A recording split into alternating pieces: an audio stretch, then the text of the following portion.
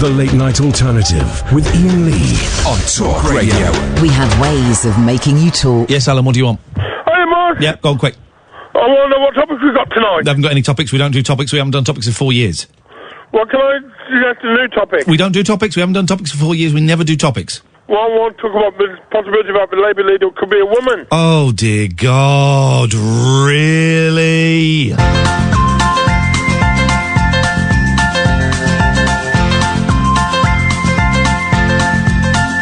There's a voice that keeps on calling me. Down the road is where I'll always be. Every stop I make a new friend. Can't stay for long, just turn around and I'm gone again. Maybe tomorrow I'll wanna settle down. Until tomorrow I'll just keep moving on. Down this road that never seems to end. When new adventure lies just around the bend. So if you wanna join me for a while, just grab your hat, come travel light, that's old style. Maybe tomorrow I'll wanna settle down. Until tomorrow, the whole world is my home. So if you wanna join me for a while, just grab your hat, come travel light, that's old style. Maybe tomorrow I'll wanna settle down. Until tomorrow I'll just keep moving on.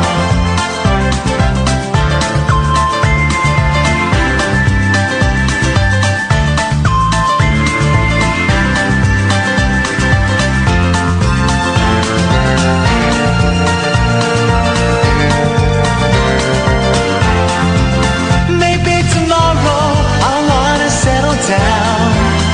Until tomorrow I'll just keep moving on. There's a world that's waiting to unfold. A brand new tale no one has ever told.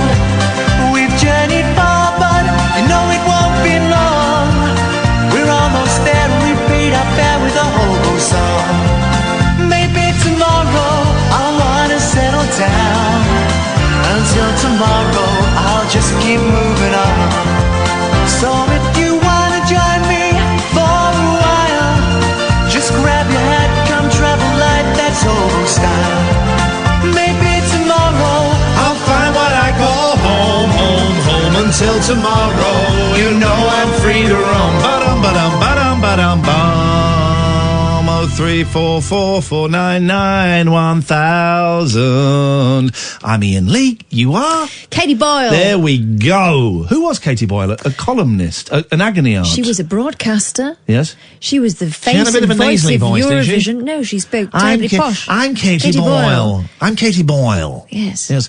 The Late Night Alternative. It's a late night radio show unlike any others. We will not be spreading fear. We will not be spreading hate. This is, you could call it a safe space, I suppose. It's just a fun show. Monty Python on the radio. We sit here and we talk nonsense and we talk about some of the smaller stories that you may or may not have seen. We talk about our lives and you are welcome to call in about anything you want. Although, I must admit, Alan's suggestion about the possibility of well, I'm a bloke. So maybe that's playing on it. But Alan's suggestion that there may be a female leader of the Labour Party, it won't be. It'll be Keir Starmer. I hate to break it to you. But it I also... don't know, because often we're talking about it. Often the front runner never doesn't get it. You're correct. Although the front runner never gets it. And who broke that curse? Someone broke that curse. Boris Johnson. He broke the curse. So it could be, why am I so dark on that? Do I look dark on that screen to you? Do you like dark on that screen to you? I mean, I want to look light and vibrant. I want to look hot. I want to look power. I can't see. Doesn't matter. It's radio. We are. I'm in a weird. I'm a little bit manic today. I had a session with my counsellor, who's going to come in one day as a guest. Wants to come in. Chip wants to come in. Chip's invited me on his... Everyone's got a podcast. Chip's invited me on his podcast, and he's going to come in here one night. I love that. Yeah, you've not met him yet, have you? No, but I've spoken to him a bit. Oh, he's a very nice man. He is going to come in at some point. Chip Summers, if you want to go and Google him. It's not just my therapy. He's not going to do a free therapy session. I'll be surprised if he doesn't charge me for it. But if you go and Google him, you will see he has quite some history. But I was telling you, I feel manic today, and mania is not part of my depression, okay? It's normally just feeling miserable or feeling okay. But I was feeling manic. I'm going to say it. I felt like I'd taken an ecstasy thing. I had this, that my shoulders were tingly, and the lotus cortex of my brain, the front of my brain was like, just on fire. It felt very, very peculiar. And that's unusual for me, guys. And I've still got a little bit of that mania. Partly because it's been a brilliant weekend. I did an escape room and we finished it with 16 minutes, 5 seconds to spare. That's right. In fact, we were so far ahead, me and my two boys, they flashed up on the screen after 15 minutes. Guys, you could actually take a quick nap and still finish it in the time here. We were so far. 5 other teams were doing the same room as us, in different rooms. And they were all adults. And it was me and my two boys, and we finished it first. We finished it 4 minutes before the next team finished it. This is what, your third escape room? This is my 4th, their 5th. Okay, I love it. Here's the thing. I love it. They're getting used to doing them now. We walk in now, and we're like, what do they call it? Not the super viewers, the super, people that can walk into a room and they just know everything that's in there. They go, there's 3 Chinese people, there's 2 black men, there's 1 woman in a wheelchair, and there's 5... that guy's wearing a red hat, she's wearing a blue blouse. Take it all in. We're like that. We walk into an escape room, and instantly we went, that number's a different colour. That's part of a combination. Straight away, we were in there, straight away. It's a really good one. It's in Milton Keynes. I can't think what it's called. But if I remember it, I'll tell you, because I would thoroughly recommend it. We paid for it, don't worry. It was Locked in a room. Locked in a room. It's one of the best ones I've been in terms of, as soon as you walk into the building, it's all dark and fusty and mysterious. And they set the atmosphere straight away. And then it's the only one I've been in as well where someone comes out in character and explains what you've got to do and what you've got to find. Oh, it was great. And some really tricky puzzles in there. And my youngest worked out one of the trickiest. It involved a magnet. We had a magnet and we could not work out what to do with this magnet. Couldn't work it out. And he went, well, what about this? Genius. It was so good. I love escape rooms so much, man. I want to live in an escape room. I want to set the house up as an escape room. That would be distinctly possible, I would have thought. Anyway, so that's the show. If you want to call in, very, very simple. 03 44 499 1000. 03 44 499 1000. Free for most people, pennies at the most. You will speak to Amy. She will take your name and number. That is all. And she will give you a call straight back and you can come on. That's what Daniel did. Hello. Hello, Daniel. Hello, Iain. In the first place, I would like to give you condolences for Velvet. Thank you very much indeed. That's very kind of you. And even you, it's funny. Even when I think of her now, I still feel a little bit teary. But thank you, Daniel. That's very kind. You know this band called Velvet Underground? I do. Yes, terrible band. It's good, isn't it? Oh. So, I would like to talk about... Well, Velvet is underground now, except she's not buried. Velvet is in a box in her bed in my bedroom. I know this band because I listen to Radio Paradise sometimes. Okay, yes, you've mentioned Radio Paradise before. Velvet Underground are, it has to be said, Daniel, with respect, one of the worst bands of all time. Well, you can say the same about Frankie Goes to Hollywood. You could say the same, but you'd be wrong. Do you like Frankie Goes to Hollywood? Who doesn't like Frankie Goes to Hollywood? The power of love, a voice from above. So do you know where I did go today? It wasn't. Did you go to Hollywood? I went to Shoreditch.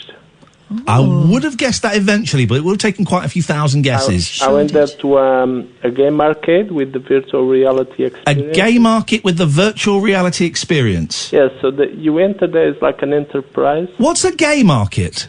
So I had the experience with the virtual reality glasses. Virtual reality gay experience for those who just want to try it? It was quite good, but at the end I said, I would like a game to learn languages, like you know, you see the objects and you can learn vocabulary with it. You have to say the word for what you are seeing. What, in gay slang? I'm so confused. Where did you go? This app on mobile. I have an app called Duolingo. Duolingo. Is that I like her. If you wanna see me dancing with somebody. Yeah. It's like Dua Lipa. You know, it's her real name. It's her real name. She's British, Dua Lipa. No, she's not British. She's from Lebanon. Yeah, but she's British. Is she? Yes. Okay. Dua Lipa's British. Kath Googles it. Just her dad isn't. Yeah, she's British. Too young for me. But you know, I went on an Uber ride. And all my journey, I was explaining my idea about the international postcode system using meter cubes. Oh yes, this is just remind the listener how that works, Daniel. So you have an imaginary grid of cubes that... Daniel, just stay there 1 second. Maybe we should get Alan back to talk about female leaders of the Labour Party. Okay, thanks, cheers. Yes, Daniel. So you have an imaginary grid of cubes, all meter cubes, and this grid of cubes encompasses the whole planet, including satellites, and the whole planet, including the center of Earth, all the planet. Yes. So each cube is a postcode location, and all cubes are numbered. So the thing is, if you are going to sign a contract for a property, you have a tenancy agreement, and you list all the cubes that are inside your house. All cubes are 1 meter cube. Ah, so you could have several cubes inside your house. Wouldn't that just take up that takes up a lot of... Well, I tell you what, we've talked about this before, so let's dwell thee not. Yeah, so what did the Uber driver make of this? Yeah, so he really liked the idea. He said, well, it's really, really smart. I really like the idea. It's very interesting. But then Get out of he my didn't car. know what was a meter. Huh? I asked him, but do you understand what is a meter cube? He said, I don't know what is a meter, but the idea is great. He didn't know what is a meter, but the idea is great. I told him, look, like a basketball player is like, if he's really tall basketball player, is like 2 meters. I'm going to be honest, if I was looking at the distance of a running track, I could tell you if it was 100, 200 or 400 metres. I do not know how tall I am in metres. I'm 6'4". And if I'm on the motorway, I will tell you that turn-off is 500 yards away. Do you know that 1 meter cube has 1,000 litres of water? I know it now. And it weighs 1,000 kilograms. Holy guacamole. So it's like 1,000 kilograms of water. Are you still can I ask you? 1,000 litres of water. Yes. That's 1 meter cube. Are you still wearing the virtual reality goggles? You might want to take them off and enter the real world with me and Catherine. I was really scared sometimes. They made me fall into a precipice. Brexit? Yeah. How they did so I was falling. Falling off a cliff. Yeah, cliff. Yeah. Precipice. I was feeling the creeps with it. Like I thought I was going to faint or something. Well, Daniel, you know, the thing I could be a consultant for Uber because I have great ideas on how to improve Uber. Ah, here we go. Now we've got a topic. How would you improve Uber? 0344 499 1000. Give us your top 3, please, Daniel. Okay, so the top. Do you prefer the toppest one? The bottomest one. Okay, the bottom. So we have drones everywhere, isn't it? Like in the future. We will have drones everywhere. Yes, it is. But the thing is, you don't need to have the drone go all the way. Like imagine I have a package where I live here in Clapham, and I want it to be delivered to Shoreditch, right? Yes. So the package can go to Trafalgar Square, and from Trafalgar Square it goes to Shoreditch. Yes, sir. Okay. So the thing is, you don't have a drone that goes from Clapham to Shoreditch. You have a drone that goes into the top of a car, a Uber car. All Uber cars would have a rooftop. Like a tiny helipad, a little H painted there. Like yes. An airport. An airport. The Uber car would be an airport for a drone. Oh, yes. Now I'm in.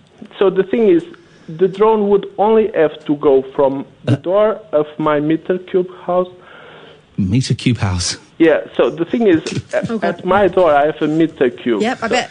Yeah, okay, so the drone would pick my package at my meter cube. So sorry to then everybody listening to this right the now. Top of the nearest available Uber car. Yes, sir. And it would land the package in the Uber car. Yes. Then the Uber car goes to Trafalgar Square. In Trafalgar Square, the Uber connects with the cloud, and the cloud says, "Okay, now we need a drone in Trafalgar Square to pick the parcel, Excuse me. and put the parcel in another Uber that goes to Shoreditch." Excuse me, Daniel. Yes. Why are we using drones at all if they're ending up going on cars? Why don't you just send it in a car? It's more expensive. The drone. How can it be more expensive? You're having a drone as well as the car. Get rid of the drone, just use the car. No. The car spends lots of. The thing is, the Ubers are already going. Yeah. They're already going there, Catherine. What's your problem? So if they're already going, just stick your package in. All right, Catherine With your hand. Luddite. With your hands. No. The thing is, this could work with any car. It wouldn't need to be Uber, but Uber would be perfect for it. Okay. The thing is, you go to your nearest traffic light junction. Yes. So you go to the crossroads. Nearest traffic light where junction. there's a traffic light. Yes, Daniel. And there is a Royal Mail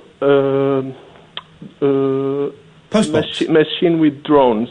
Machine with drones. And so the drone, you just put the parcel. Again, I'm there. really, really sorry. I'm sure you Royal Mail prefer we were picks the talking about parcel Brexit and or puts it in the Harry and top of Meghan. one Sorry, car. guys. Yes, sir. And then the car goes, and the cloud says the next hop. You know, it goes hop, hop, hop, hop, hop, and it minimizes. I'm going to cut you off now. It's like the shortest distance. Yep. Bye, Daniel. I'm going to cut you off. Yeah. 034 4499 1000. This is Talk Radio. Across the UK, online and on DAB. The Late Night Alternative with Iain Lee on Talk Radio. The unicorn. Spoiler alert. The unicorn is Jake Shiz. For a spoiler alert for Masked Singer. I watched a bit of I watched the first. I had the boys over at the weekend. Saturday we had a lazy day. Played a bit of video games and watched some TV. We didn't go out because Sunday was birthday and we had a big day planned. So I said, just Saturday we're just gonna have a lazy day. And it was great. But I did want to stop watching annoying YouTubers, and so I said at 7. I really want to watch 7:30, whenever it was. I really want to watch. It was 7. To be precise. I remember now. I was looking at the TV planner, and I had to enter in the video code. Do you remember that? The video codes. That was great. For people who couldn't set timers. But you had to have your clock on your video set. This is before every clock was set by, you just turned it on, it would connect to like a magic clock. You had to set the clock. And then they had Video Plus, it was called. Yes. And you'd buy a Video Plus thing, and you had to set it to work with your video. You had to type And in the code. newspaper next to the show you wanted to watch, there would be like a 7-digit number or something. Yeah. I think later they had barcodes as well, so you could scan it. And you type in the number, and then your video would set to record EastEnders or something like that. My mum had that. I was the only one that could set the video recorder in my house. I was that guy. So I said, I want to watch just a bit of The Masked Singer, because it's a very popular show, and I was talking about it on the air, and I've not seen it. And I watched it. I have trouble with TV, as you know, guys. I'm a very bitter man, and I always watch TV shows, and I know everybody on that show. Everybody, apart from Rita Ora and Ken Jeong. So I know 3 of the people on that show. Almost everybody.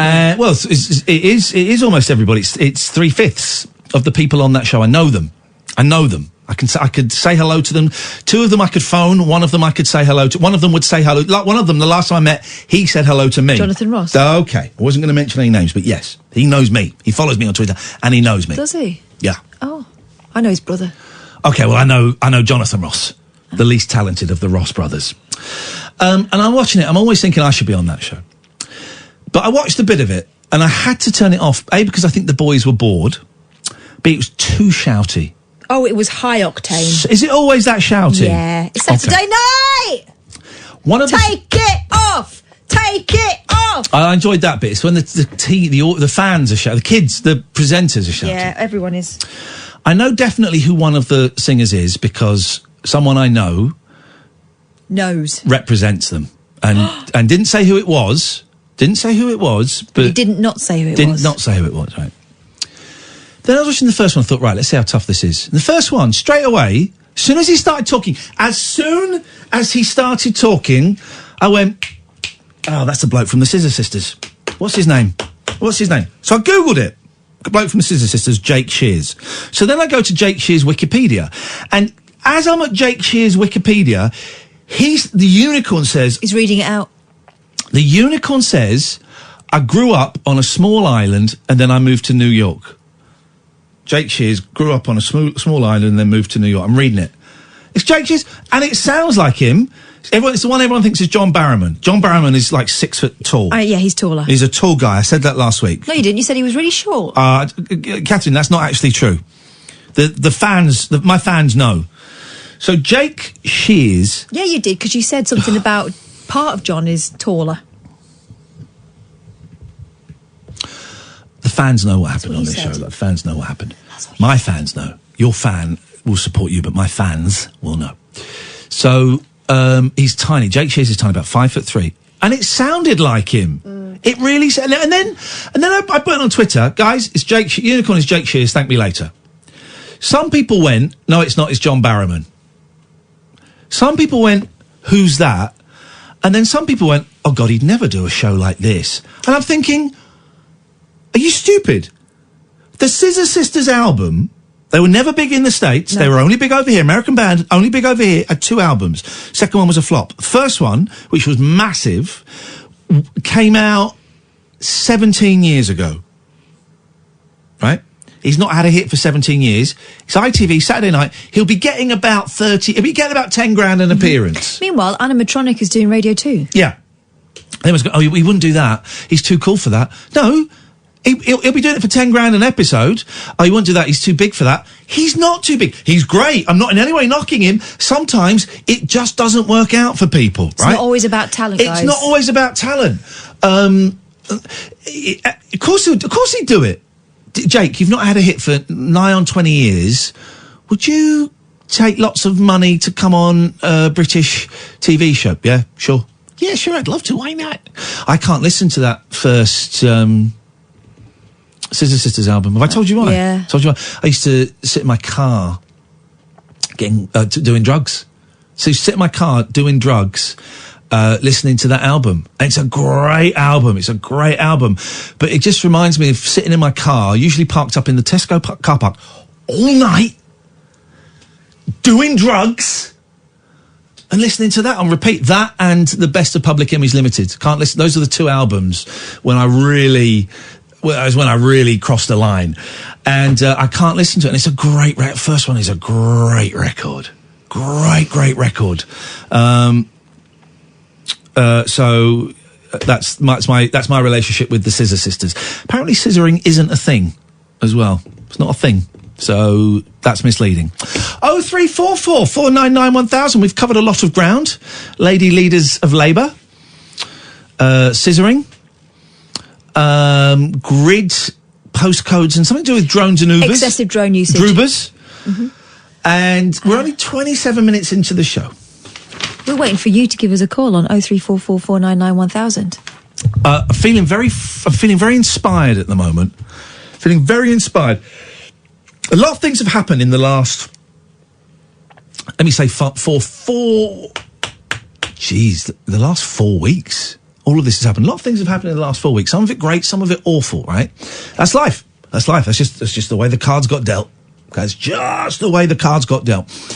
But I'm feeling like a phoenix rising out of the ashes. And the bad thing that happened to me, and Catherine was involved in well, the bad kind of stuff that's happened it's just fueled me.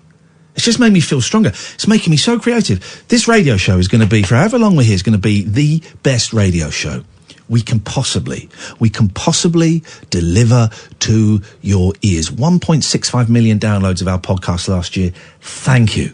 Thank you very much indeed. The ARIAs get announced this week, the nominations. If we're in there, beautiful. If we're not, what does it matter? They don't matter. What matters is things like saving Chris's life last year, speaking to that young gentleman we had on the show last week who was struggling with booze, and entertaining you guys. So as well as this radio show entering Late Night Alternative 2.0, the other podcast we do, The Rabbit Hole, is also entering 2.0. For those who don't know it, it's a pop-up radio show where me and Kath go around the country in front of an audience. We record a radio show and put it out as a podcast. Except we're going to stop putting out the live stuff as a podcast. You got one more this Thursday? Then that's it, right? We'll put bits out. We'll record all the shows. We're still doing the tour. We'll record the shows. If there's any gold, well, we'll put a little bit out. Maybe we might even go as far as putting 15, 20 minutes out if there's like a really strong bit. But the idea that we simply put out live shows, gone, is done. We've done that. We've done it. It's gone. So what are you going to get? Said you're going to get me and Catherine, not in a studio, not in my house with sound effects dubbed over. We might do that sometimes. Out and about. Out at historical sites, out in cafes, out in the car, out at Tesco's, recording the podcasts like that. Occasionally we might have a guest, occasionally we might go somewhere special, but basically it's just going to be us having a little old chitty chat. That's the plan. And it's going to be twice weekly. So as well as the podcast for this show, The Rabbit Hole with Kath and Iain, twice weekly, you're going to get a brand new episode of our new direction to about 2 hours' time. Tomorrow morning, it'll be there. Go to Acast, go to iTunes, type in The Rabbit Hole, Iain Lee, Catherine Boyle, download it. If you went away from it because you didn't like the live stuff, come back to it because that is changing. Subscribe, like, share. This is going to be the podcast that you want. Glenn, stay there, my friend. We're going to come to you shortly. 0344 499 1000. This is the Late Night Alternative, 5 nights a week from 10 o'clock with Catherine Boyle and Iain Lee on Talk Radio. Experience the unconventional. Hello? The unpredictable. Don't you think that's a bit weird? And the completely unorthodox. It was my birthday. With rule-free Iain Lee. I was just trying to generate a bit of content. The Late Night Alternative with Iain Lee. Hate alarm clock. Hate going to work. On Talk Radio. I'm being told that Daniel's idea of forget the drones, forget the Druba, of postcodes being 1 cubic square has happened. Right. But it's called What 3 Words? But I don't know what 3 words is. So could someone please phone in and tell me what it is? A couple of people said, oh, it's already been done. What 3 words? And then it sent me to an app. I haven't really got time to check the app. So if you're listening and you know what 3 words are, could you give me a call? 0344 499 1000 and let me know, please. That'd be very, very helpful. Good evening, Glenn. Hey, how you doing? I'm all right, thank you, Glenn. What have you got for us? Funnily enough, I work for the ambulance service. We're sort of incorporating, this is nothing to do why I called. Okay. But we're kind of incorporating the What 3 Words thing at the moment. Oh, there you go. I didn't know that. What is it? Yeah. So imagine if you were on the side of a mountain somewhere and completely lost. All you'd need was, if you got the app. Yeah. You look at the coordinates of where you are, and each, I think it's metre square area has 3 words to it. I think it's 3 metres square. Your app, and your app might say something along the lines of car, lamp, toaster. Right, so you can't see those things? No. Right. No. So, and then you call the emergency services. You say car, lamp, toaster. Say, what 3 words? And then you say car, lamp, toaster. You're joking. They put in car, lamp, toaster, and it will pinpoint exactly where you are on the side of that mountain. But but Catherine, say what you said. It's 3 square meters. 3 metres square, yeah. So Daniel's, and this is where Daniel's is different. Daniel's is 1 square metre, and it's numbers. Yeah. Does it? I'm going to ask a really dumb question. I know the answer to this is, well, obviously yes, but I'll ask the question. Does it work? Well, obviously, yes. And people are using it now for the ambulance. Yes. So if someone's driving along a country road, and there's no road signs, and there's no road numbers, you can look on the app, and the GPS will pinpoint exactly where you are, and give you the words plaster, shoe, cat. and you'll phone 999, say I'm at Plaster Shoe Cat. They'll put in Plaster Shoe Cat, and it'll pinpoint exactly where those 3 words. Oh, I think we're dumb. I think that's a sign of us dumbing down, isn't it? Because one of the great joys and I know it's slightly different for people who are involved in an accident, but one of the great joys and great frustrations of breaking down in your car in the middle of nowhere is trying to work out whereabouts are you. I don't know. And you jog up like 100 yards up the street, You jog up 100 yards up the street to see if you can. There's no street sign there. You jog back the other way. It's that's one of the joys. I find it strange you'd use something like that rather than, I don't know, the location thing on WhatsApp, for example. She's got you there. You know what I mean? We all just collapsed. I've downloaded it. So what 3 words has given every 3 metre square in the world a unique 3-word address? Okay. So now you can find precise locations with just 3 words and share them just as easily. Right. Find your 3-word address. Okay. Let me find out. Okay. Okay. It's honing in. It's honing in. Hang on. Now what do I do? Try entering your home.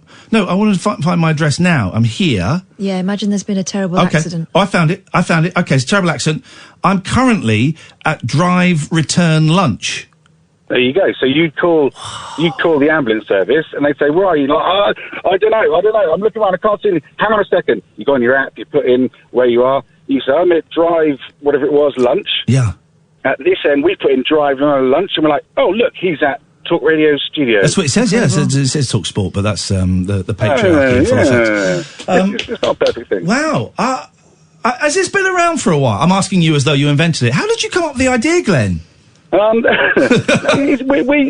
were introduced to it in the NHS around probably middle of last year. Okay, well, this is it. I like to keep my finger on the pulse. Kind of fed in slowly. Like to keep my finger on the pulse of the latest developments. All right, Glenn. Well, thank you for that. Well, but that's not what you called in for. That was just a little teaser. That was an amuse-bouche. And this is really odd because the other thing I was calling in about was a teaser. Oh, you're joking? No, this is really weird.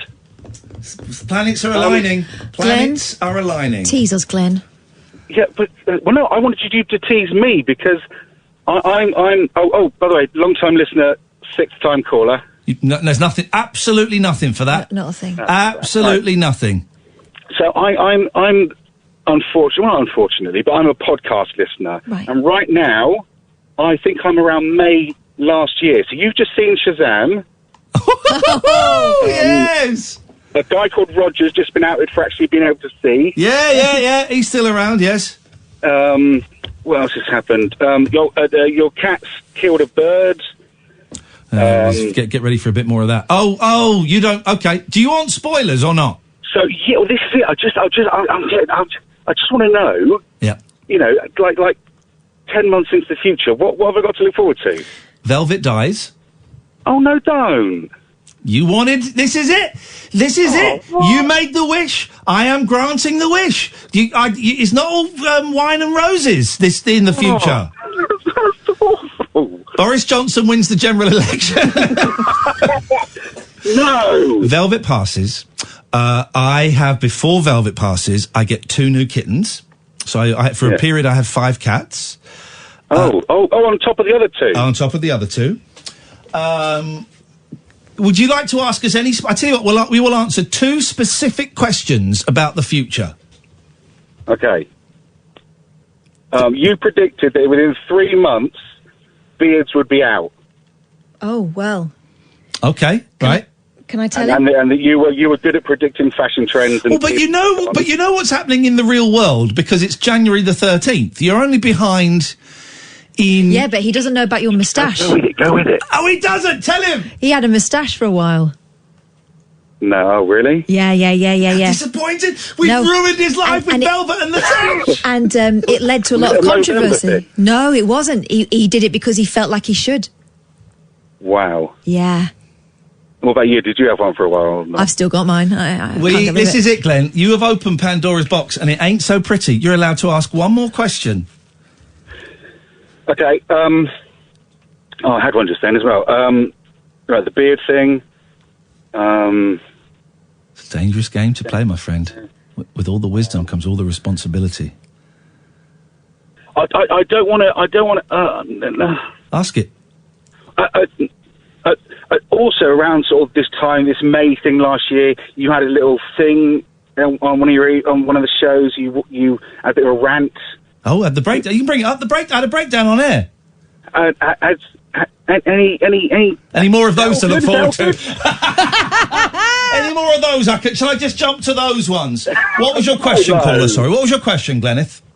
And did Cass pass her bike test? Yes. Hey! I did eventually. It took me a while. Glenn, we are closing the door on the future. You have to go back into the past. Well done. That was fun. If anybody is like 10 months or so behind on the pods. You want spoilers. And you want spoilers, we will answer 2 questions. How gutted he was with that information, though. He had a moustache and Velvet's dead. You hit him straight away with Velvet, though. You should have saved that. No, because I wanted to show him that you don't mess with time. I've learned that from so many movies. You cannot mess with time. It never works. Careful what you wish for. Yeah, he jumped into the future. No, my friend. Very dark place. Paul, stay there. You're next. 0344 499 1000. This is the Late Night Alternative, weeknights from 10 on Talk Radio. The radio show that knows truth is always stranger than fiction. Week Monday, I get shoes. The Late Night Alternative with Iain Lee. Because they're too real to be part of my imagination. On Talk Radio. 0344 499 1000. It's a phone-in show unlike any other. We don't really, if you'd have heard the first call, someone who's been calling us for nearly 4 years now, still hasn't quite grasped the format. Let me remind you, we don't really do topics. Occasionally, very occasionally, we'll talk about something for a little bit longer than others. But we don't really do topics. We don't very often do questions. I've got some of the smaller news stories that I've looked at, and we might talk about those. I want to talk about opera a little bit later on. I'd like to talk about the row I had with a gentleman in a broken queue. The queue wasn't working, so I had an argument with a guy because he broke it. So I've got bits and pieces, and then Kath has got some bits and pieces that she's brought along as well. But we don't really... Phoning up saying, what are the topics? We don't really have. No, what do you want to talk about is the topic. Well, let's see. Paul, what do you want to talk about? I wanted to talk about... You know, when I was on the board... Paul, just to say, are you on hands-free or something? It's a little tricky to hear you. I'm on speaker. Is there a chance you could not be on speakerphone? It's just not so great to hear you.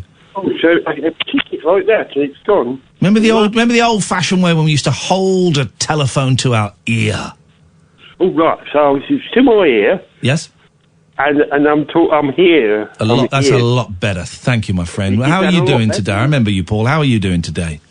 I'm okay. It's not too bad. Yeah? It's not too bad today. It's doing well. Okay, good. Relatively. Yeah, that's all we can ask for. Very well. Yeah. What have you called in for? You know, when I was on that bus ages ago, a little while back, and there was that Christian girl next to me, and in front of me was that bloke dressed up as a woman who you had on here, I think. Yeah. I don't think we did. I do remember, Paul, sometimes you slightly confuse your imagination with things that have happened on this show, which is cool, but carry on. Yeah, anyway, the reason that the Christian youngster got upset was because of the man who's a woman person. She had such a large, massive aura going around. It was quite nasty. A massive aura. Was it? Are you suggesting this trans individual had an aura that was taking up 2 seats? Well, it was more than... Pay for a second ticket. A big aura. Yes. Yeah. And there used a chap you had on talking to you about me, I think. No, that didn't happen, Paul. That didn't happen. And again, I do remember that sometimes... I'm going to say the P word because I'm tired and I'm struggling to think of another. Sometimes I feel you do get a little paranoid that maybe we have been talking... There we go. And in that case, you won't mind me using it. Yeah, you do sometimes think that we've been talking about you. Oh, yeah, I had an epileptic fit. Oh, tell me about that. Now I'm in. down in concrete. Everywhere in this building is made of concrete. Yeah. Right? Yeah. So if you don't fit, you can damage your head. Oh, I bet you can. You don't have a fit on concrete, no. Fit. And I jumped over I think I fell over the fence and banged my forehead. Oh, mate. Right. I banged my Did it, forehead. as my mum would say, did it knock any sense into you? That's what my mum would say. It hurt. I bet it did. But I was unconscious of it. Oh, it must have hurt me. You got to be It careful. must have hurt. And then I wandered off as usually I do. Yeah. Right. And they got me before I wandered off. Good. And there was the shirt was covered in blood. Hey. The showers, there was blood there. And my forehead, had a big mark on it. It's all right now. It's healing up now. Really. And I ended up in hospital, right? Paul. Well, I'm sorry to hear that, my friend. So I was taking it off into hospital. Yeah. And then, while I was in hospital, oddly enough, I'd just woken up, and opposite was two people, one on opposite me, and one to the left. And I thought, well, the one to the left looks a bit like Jesus, and then one to the right looks a bit like God, even though they're the same person, really. Well, yeah, Jesus, God, the Holy Spirit. Right? Yeah. Now, and then this happened. Go right? on, quickly. All these blokes, they died. Flipping it. I wouldn't want to be in that hospital. Paul, listen. It's really nice to talk to you. I'm glad you're okay. It sounds like you had a horrible, horrible experience. Rest, take it easy, and we will speak to you again soon, Paul. Thank you very much for your call. Man, calls like that really stay with me a lot. We've spoken to Paul quite a few times, and he did say he was a paranoid schizophrenic. You were the first person, I think, to talk to him when I was away in that cabin. Yeah. And I really enjoyed your call with him because, as we all do, first minute, 45 seconds, you're having a good old laugh. Yeah. Because he was talking about something that was very funny. And then, as a listener, I thought, this guy obviously has mental health issues. And you picked it up at almost exactly the same time, maybe even a little bit before me. And I could just hear you totally changing gear to go from, this is someone that we can have a bit of fun with, to, okay, well, let's sit back, let's see what this gentleman's got and how I can perhaps help him, or you gently guide him down. I remember that. I'm always impressed by you, Catherine Boyle. But I remember hearing that and thinking, there we go. That's a class act. Because the easy thing would be to keep on laughing, or to cut off, or to whatever. And you get 45 seconds in, you just totally changed. And I think because he got a bit upset about something he thought had been said about him. That was what it was. I seem to recall. And at first you're thinking, because sometimes people do get the wrong end of the stick, and you're thinking, I wonder whether that's one of these. Or it's a prank. Hang on a minute. Yeah. Right. And I could hear you literally. I couldn't hear it literally. I could hear your whole demeanour changing as you went into a different mode, and it was brilliant. I thought it was one of the best things I've heard on the radio. Let's go to Tony. Hiya. Hello, Tony. What you got for us? Hiya. It was the other night. It was when you were talking about the aircraft carriers. Oh, last week remind me what we were saying about aircraft carriers. That they're rubbish. They were at sea without the planes, and they were waiting. That was it. Yes. Planes. Yes. Yeah. It was just a case of the new pilots had to have proper helmets fitted to their heads. Each helmet cost anywhere from 50 to 100,000 because the visor has to follow the eyes of the pilot. So it's so the helmet. So okay, let's steady on, Iain. Focus. This is 2.0. So a new pilot's helmet costs £100,000. I get it because it's like computer scanning of the eyes. Yeah, the aircraft themselves are so advanced they're totally undetectable. The ship was built around the planes, to be honest with you. Right. The planes. But when are we going to get the... We still haven't got the plane. Oh, I can't believe I sound like Nick Ferrari. When are we going to get the planes? They've been tested. They were tested just before Christmas on the new aircraft carrier. They had to be tested in... And did they pass? Did they pass the test? Flying colours. So we could go and bomb the crap, excuse my language, out of Iran now? Yeah, we could. Is Iran landlocked? Pardon? Is Iran landlocked, or is it coastal? Coastal, I think. Okay, well then let's go and bomb them. Let's go and bomb. Let's go and bomb. Hey, Tony, how messed up, right? Not making light of this at all. Back into serious mode. Yeah. How messed up is that thing about the Iranians shooting down that plane? It's terrible, to be honest with you. That's incredible, isn't it? Retaliate, is it? Them saying, no, we didn't do it. Yeah, we did it, but it was an accident. And now it's turned into 3 blokes in a van. What 3 blokes? The team that would have made that decision with 3 blokes in a van. No, but they were still. It was still Iranian sanctions. Yeah. But they made the wrong call, obviously. Well, I mean, God, you thing is, we make the wrong call in this. We get a slap on the wrist or we get an Ofcom. They make the wrong call. 176 people die. That's terrifying, isn't it, Tony? Atrocious. Yeah. That's why we need these new planes. That's why we need more weapons. Threats like that. Yeah. They've got plenty of weapons on them. They're so advanced, the computer program, you've got to be sort of computer literate to make sure you can fly them. And Tony, whereabouts in Wales are you from? Nice, South Wales. Say computer again for me, please. Computer. Oh, I love it. I love the Welsh accent so much, and you've got a really rich one. That whole thing about microwaves being called biddly bong. What are they supposed to be called? Piddly pong. That's not true, is it? I'm not sure. Do you speak... I'm sorry, I'm making an assumption. Do you speak Welsh? No. Okay, well, there you go. I was making a big assumption there. I do apologise for that. But there's not everybody in Wales speaks Welsh. No, I know, and I was being a little bit... I was being a massive racist there, and I apologise. No. But there's the Welsh for microwave is supposed to be something like piddly pong or piddly ping or something. But I don't think that's true. I don't think that's true. No, I've never heard it. Oh, I think it's a myth. Tony, nice to talk to you. Thank you. How come you know so much about ships of death? I just followed the progress of the ship itself and the actual planes. Nice one, man. Thank you, Tony. I'm glad you gave us a call and you shared your insight. You never know who's listening. No, and I checked it out because I thought, God, they're expensive helmets. It's true. £100,000 for a helmet. I looked and I found something on Plymouth Live. A leaked video clip apparently shows the pilot of a UK F-35 Lightning jet falling flat on their face shortly after landing on the new Royal Navy aircraft carrier, Queen Elizabeth, for the first time. And then a bit further down it says, everyone found it hilarious, and then some people said, those helmets are so expensive, £250,000 each. I did some VR at the weekend, raced against my boys, in which... Poppity ping, thank you, Kerry, poppity ping.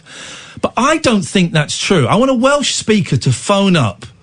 Supposed to be, because that's the noise that microwave makes, but I don't believe that's true. Is it true that in Japan, the word for one of the trains is katakata? No, that's racist. No, that's massively racist. No, it's not. The word for apple is Ringo. Yeah, I knew that. But I heard that some of their words are onomatopoeic. No, not true. Simply not true. You don't know? No, I do know it's not true. It's just simply not true. I did this VR thing with my boys. I think I've got my ears are damaged. I think my ears were damaged. I'll tell you why. Right. Tell you how my ears are damaged. Let me tell you about the VR first. So you sit in this pod, and it was a race, right? And you're racing through this sort of like alleyways and stuff. And to steer, you tilt your head, right? And then the pod will swing that way. I felt so motion sick. And I'll tell you why I felt motion sick. Because my ears are damaged. And I'll tell you why my ears are damaged. No one taught me how to blow my nose. I didn't blow my nose until I was in my early 20s. Didn't blow it. Didn't know how to. So I was sniffing it all in. That does terrible things to your ears. Would sniff it in, would hurl it out. Grolly. All of that stuff. When I blew my nose, and so I'd have colds, sniff it all in, or let it stream. Right? Or just wipe. I would literally wipe. So you get a tissue and just wipe. There's no blowing, forcing out of the mucus. We can't get in trouble for this. This is just like bodily functions. It's not even the rude ones. This is medical. And in my early 20s, I blew my nose. Because I think I'd seen someone do it in a film. I was like, I'm going to try. I blew it. Amazing. But by then, The damage was done. The first time I flew as a kid was at the age of 11. We flew to Spain, España. And the whole flight there, I was in agony. I was in tears. I was in my ears, just agony. And you've seen me fly. I'm the best now that I've ever been.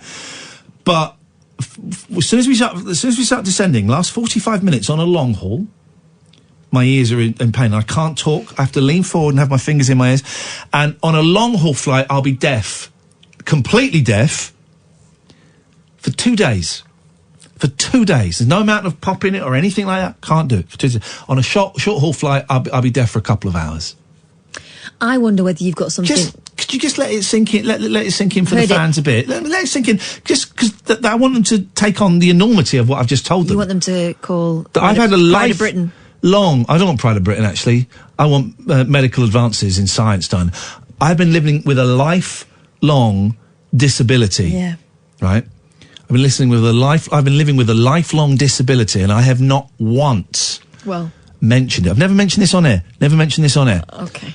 So just have a silence. Let it want to sink in. A, the enormity of what I've said, and B, the humanity of what I am.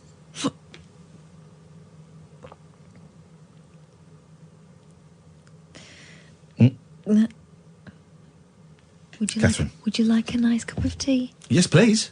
Okay. I would actually. Thank you. What were you going to say, Catherine? I think you've got something loose in your head. I don't know what the medical term for it is. Making a rude joke about Catherine having things loose in her head several times in her life, but I won't say it on air. Wow. Oh, my ears. Just making a diagnosis. All right, Dr. Boyle.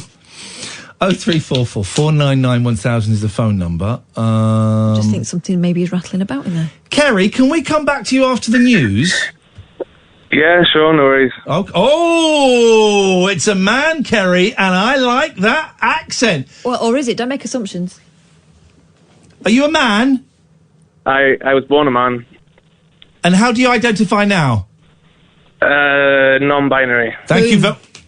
Told you. Thank you, Catherine. Thank you. And you're right. I'm a dinosaur. It's 2020. I'm a dinosaur, and I just got called out. And do you know what? I take it like a man. I think you know what I mean by that.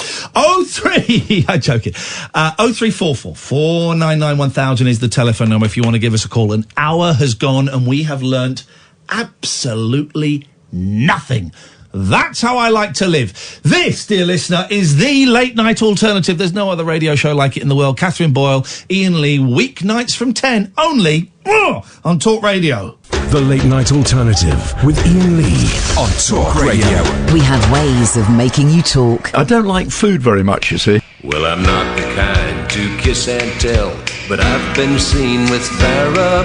I've never been with anything less than a 9. So fine, I've been on fire with Sally Field, gone past with a girl named Bo, but somehow they just don't end up as mine. It's a death-defying life I lead. I take my chances. I die for living in the movies and TV.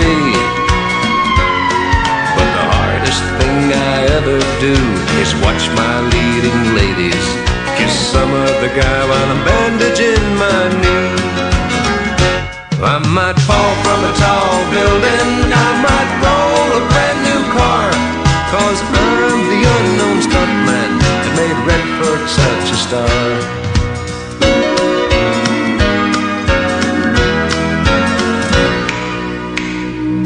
I've never spent much time in school, but I taught ladies plenty. It's true, I hire my body out for pay. Hey, I've gotten burned over Cheryl Teague's, blown up for Raquel Welch. But when I wind up in the hay, it's only hay. Hey, I might jump an open drawbridge or Tarzan from a vine, 'cause I'm the unknown stuntman that makes Eastwood look so fine.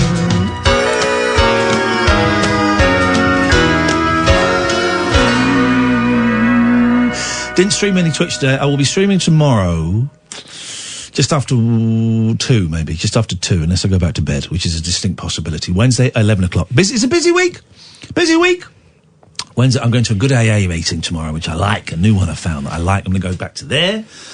And Wednesday I'm going to be streaming at 11 in the morning, and Thursday I got to go to the doctors and get a repeat prescription. But apart from that, this is how it goes. 0344 499 1000 is the telephone number. The late night alternative, weeknights from 10. Iain Lee, Catherine Boyle. You can call us about anything you want, and we were just about to speak to our good friend Kerry. Good evening, Kerry. Shemai, Iain, Shemai, Kathy. Excellent Welsh language, which I don't speak any of. Do you speak any of it, Catherine? Only like bora da, bora nawn da, nosta. Nosta, yeah, I heard you a few weeks ago. You said something like Nosta Cariad. I did. Your accent was really, really good. Thank and I you. thought, wow, Thank you. You speak Welsh. That's courtesy of my friend Andrew Jones, who used to say it. I know Andrew. Of course you do. It's a great language, and I don't know any of it. Now? Okay, we are speaking English is a Latin language, right? In that it comes from Latin. Kerry, first of all, let's ask you, what does Welsh come from? Well, it's a Celtic language. Celtic, is it? Okay, of course it is. Which is like Breton, like Britannic language, like Brittany on the coast of France and Cornish. But you guys are the originals. You say the originals, but the Celts all came from Iberia anyway. Well, okay. Why bother? And that sounds like a flippant question, and it slightly is tongue-in-cheek, why bother? But there's also a seriousness in it. Why bother learning Welsh, man? Well, why bother learning any other language other than English? That's the question. Well, I mean, it could be argued. Listen, I'm not doing one of those stir in the pot, because that's, my job. I'm asking questions so, be cool. But it could be argued that Welsh and Greek and a couple of other languages are dying. They're dying, and the numbers are diminishing. And it's, if you go, French is everywhere because of the colonies. Obviously, English is everywhere. There's a lot of Spanish all around the world. Welsh, we've had 2 Welsh callers on tonight, and only one of them speaks Welsh. Well, yeah, unfortunately, Wales was England's first colony, and over the last God knows how many hundreds of years, they've managed to hammer down the Welsh language. Yeah. It's the colonial thing, where, the English went around the whole world and tried to get rid of other languages. Oh, yeah, no, I totally... Kids got punished in school, didn't they, for speaking Welsh, so you'd have to wear a Welsh knot. My gran got punished in school. Yes, she did. She deserved it. No. What happened? What did she... So she was speaking in Welsh. What happened to her? So basically, there was the Welsh knot, which was, I can't remember if it was around your neck or on your wrist, that if you spoke Welsh, you got the Welsh knot. Then the next child who spoke Welsh, they got the Welsh knot. And then at the end of the day, whoever had the Welsh knot got beat, and it got struck harshly. Man. So, so nobody wanted the Welsh knot, so nobody would speak Welsh, unless, like Jimmy Jones, he'd say something in Welsh, and then he'd get beaten up by the end of the day by the teacher. And it's just like the propaganda that's just spread around, say that it was just a language that only the commoners would speak, and you don't want to speak Welsh. So now, unfortunately, a lot of North Walians and some North Wales don't speak Welsh. So are people learning Welsh? I guess there's loads of different reasons, but are they is it partly 2 fingers up at the English? Is it a tribute to people like your grandparents? Is it just like a fun thing to do, or is it kind of a Welsh patriotic thing? I don't know. What is what? Well, why? Where I'm from, everybody speaks Welsh. Right. So it's nothing to do with the English. It's nothing to do with grandparents. It's just a cultural thing. My parents spoke Welsh to me. They had no reason to speak English to me. I learnt English from the television. So when I went to school, I thought cowabunga was an actual word that people used, but my teacher was confused when I started saying that. But no, it's a part of our culture, a part of our heritage, and we were very lucky up in North Wales, where I'm from. Anyway, I'm from Snowdonia, and a very high percentage of us speak Welsh. Yeah. Here's the thing, right? There's also loads of old poems, literature. It would be lost. It's a beautiful, beautiful language. But here's the thing, right? History. I enjoyed some bits of history, right? But a lot of the history that I learned was about Jethro Tull and farming, crop rotation and stuff like that. The exciting stuff was the conflict, right? Like the Luddites. I mentioned Luddites earlier, the Luddites and the spinning jennies and all of that stuff. That was the exciting stuff, right? But it would have been, but you're still taught that England is great and did all these great things. In fact, Wales, I love Wales, right? I didn't know this about the Welsh not. I didn't know that the language was literally beaten out of people. They should teach that stuff. I went to Wales 2 years ago, I think it was, Kerry, and I just went. Me and my friends rented a cottage, and we'd go off, in the day and just have a look around stuff. And I found this this village that had been turned into a lake because it was used as a reservoir for water, I think, in Liverpool. So that's Tryweryn. Yeah.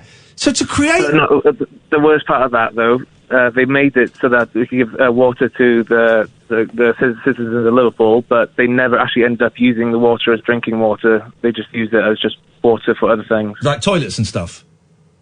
Oh, yeah. Oh, man, the humiliation. They flooded an entire village. And I'm there going... Nah, we wouldn't do that. And I start reading all these things going, oh my God, this is incredible. I went and saw it and it's massive. It's massive. Yeah. And we should be taught this stuff in school. I really think, right? Yeah, teach all the great things that England did, right? And Britain did. Teach all the great things, of course. But teach the fact that we beat the Welsh language out of your ancestors. Teach the facts about our involvement with slavery.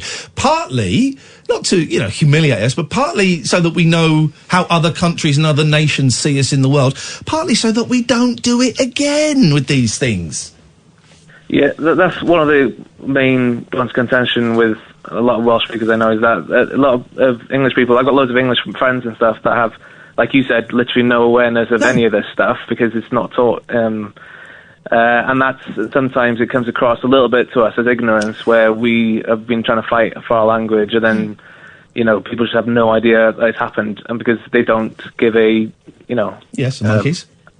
Monkeys, yeah. But also, we're taught in school about, how we were the forefathers of the Industrial Revolution, but we don't talk about, whose backs it came off. And the fact is that without the hard labour of people in Wales and people, in Scotland and people abroad, we wouldn't have been able to do anything. Kerry, I, on behalf of all English, apologise to you, Kerry, on behalf of all Welsh people, for our abysmal treatment of not just your grandmother, but every Welsh person. Do you accept our apology? I can't speak for all Welsh people, but I accept it for myself. That's one. I called in about property paying. Oh yeah, go on. It's supposed to mean microwave. I don't believe it's true. It's not microwave. It's a slang word. The actual word is microdon, which is not as exciting or not as funny. Microdon. But I can teach you. I'll teach you something, Iain, sorry. Thank you. Go on. The Welsh word for jellyfish. Oh, Welsh word for jellyfish. I'm in. Go on. Because there's two of them. One of them I can't say on air, but I'll teach you the one I can. Yeah. It's Pysgodyn Wibbly Wobbly. Shut the front door. Why are you like... Is this your revenge to... No, it's true. It's true. I can teach you the other one as well. It's Pysgodyn Wibbly Wobbly. So pisca, like from the... What is it? Greek? Fish. For fish, yeah. Yeah. Pysgodyn Wibbly Wobbly. Oh. And Wibbly Wobbly from the English. Okay, is the other one like a swear word? Say again? You're saying there's one that you can't say. Is it a swear word? Oh, I bet I know why. Yeah, it is a swear word, but it's a Welsh swear word, so it might not be that bad on English radio. What would be the English equivalent? What would the first letter of the English equivalent be? C. Goodbye, Kerry. Goodbye, Kerry. That's how the Welsh exact their revenge. They are very annoying fish, but I don't think we can call them that. I thought you were going to say they're very annoying people. No, Kerry, that's how he exacts his revenge by, yes, the Welsh language is rising, and I will drop C-bombs on your show. Thank you, mate. I appreciate that. Do you know where I learned about the Welsh not? Go on. Horrible Histories. Yeah, of course. Don't know anything about it. The first time I've heard that phrase. Isn't it mad? They did a similar thing in the Basque Country. The Spanish did. Of course, of course. I'm probably more aware of that than I am of the Welsh. Here's the thing, right? I loved history. I loved the English history. But there were some massive boring chunks. That whole thing about crop rotation, that was like a term. Yeah. That was a term about Tiny Tim's Winkleben's Greatly Every Cold Year. That means Tull, Townsend, and then I can't remember. They're farm, I remember that. cultural people. And it was in a flipping boring book, and it was a precursor to the Industrial Revolution. Didn't we do well? But no mention whatsoever of the fact where the cotton came from, for example, or where the coal came from. We talked about poorhouses, workhouses, sorry. But yeah, there's none of that. None of that at all. I'll tell you something. When I went to Georgia, I went to a mill museum where they were talking about the cotton trade. Not one mention of the people out in the fields. Not one. Wow. Loads of photographs of white folks in the factory. Wow. Nothing. Oh, man. But then you look out the window and there's where all the people lived in these kind of, what they call shotgun shacks, because they're called shotgun shacks because the back door is directly behind the front door, so you could shoot a shotgun through Here's the thing. The last 15 minutes of this show, the people that hate this show, the last 15 minutes is why they hate it, right? Because it's two middle-class people trying to understand other people's lives. That's basically what the show is, actually. It's two people trying to understand other people's lives, okay? And they will consider that the most woke, do-gooder, all of that rubbish, right? What's the alternative? Yeah, well, I think we know what the alternative is, you don't but we're grow not allowed up from to say 12. it. We're not allowed to say it anymore. But Philip Schofield's in the press today, right? Because talking about the whole Harry and Meghan thing, and he said to, and I don't know the woman's name, but a woman of colour. I haven't seen... Okay, no, something like, show me one example of racism directed towards Meghan Markle. And the reply was, it's not up to black people to show white people racism. And the fact that he is saying he hasn't seen any racism... Well, why would he? He's a millionaire. I like Philip. I've worked with him. He's a millionaire white guy living a very, very comfortable, and I don't use the word comfortable as an insult, very, very comfortable life. So he's not going to see racism every day to day, right? And the fact that he can't perceive what, to me, is obvious racism. I think a lot of the criticism about Meghan is her attitude. I think a lot of the criticism is because she's American. I said a lot of the criticism is because she's an actress. I do also think a significant amount of the criticism is overtly, covertly for the main part, but overtly in some places, because she's mixed race, black. I've seen stuff online, people criticising and suggesting that she's diluting the bloodline and all that crap. Yeah. Oh, God, yeah. And it's out there, it's obvious. It's in the papers. It's on the radio, right? It's on the telly. It's there. It's really obvious. And having, Philip Schofield or Piers Morgan arguing with people of colour that there is no racism is just ITV, man. You've got to sort your mornings out because you don't know how bad, or you're getting the viewers. That looks terrible. Two millionaire white men arguing with black women. There's no racism here. But it's something we've been talking about for a long time, isn't it? It's really easy to jump to that defensive thing of going, well, I'm not racist. No, I don't believe it. Yep. I don't believe it happens, right? Ask the people who are affected by it. Yep. Whether we're talking about racism, misogyny, xenophobia, homophobia, whatever it might be. Before you say it doesn't exist because it's not entered your world, ask the people who are directly affected by it or who are likely to be. Yeah. Don't tell them it's not real. We'll talk a little bit about Harry and Meghan in a bit. There's Burrell's come out of the woodwork. Has he? Took his time, didn't he? Burrell's come out. There's a guy like an SAS man who says that soldiers are really angry with Harry for what he's done. Oh, God. Like I was jokingly there saying I speak for all English people and Kerry speaks for all Welsh people. It's a joke. This guy don't speak for the army. And also, so what? I don't care what you think. 2-page spread. We'll find it. It's in in the Sun, actually. 2-page spread.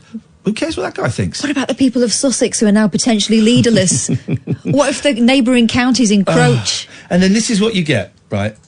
This is what you get. Here we go. From James Barnett. This is what you get.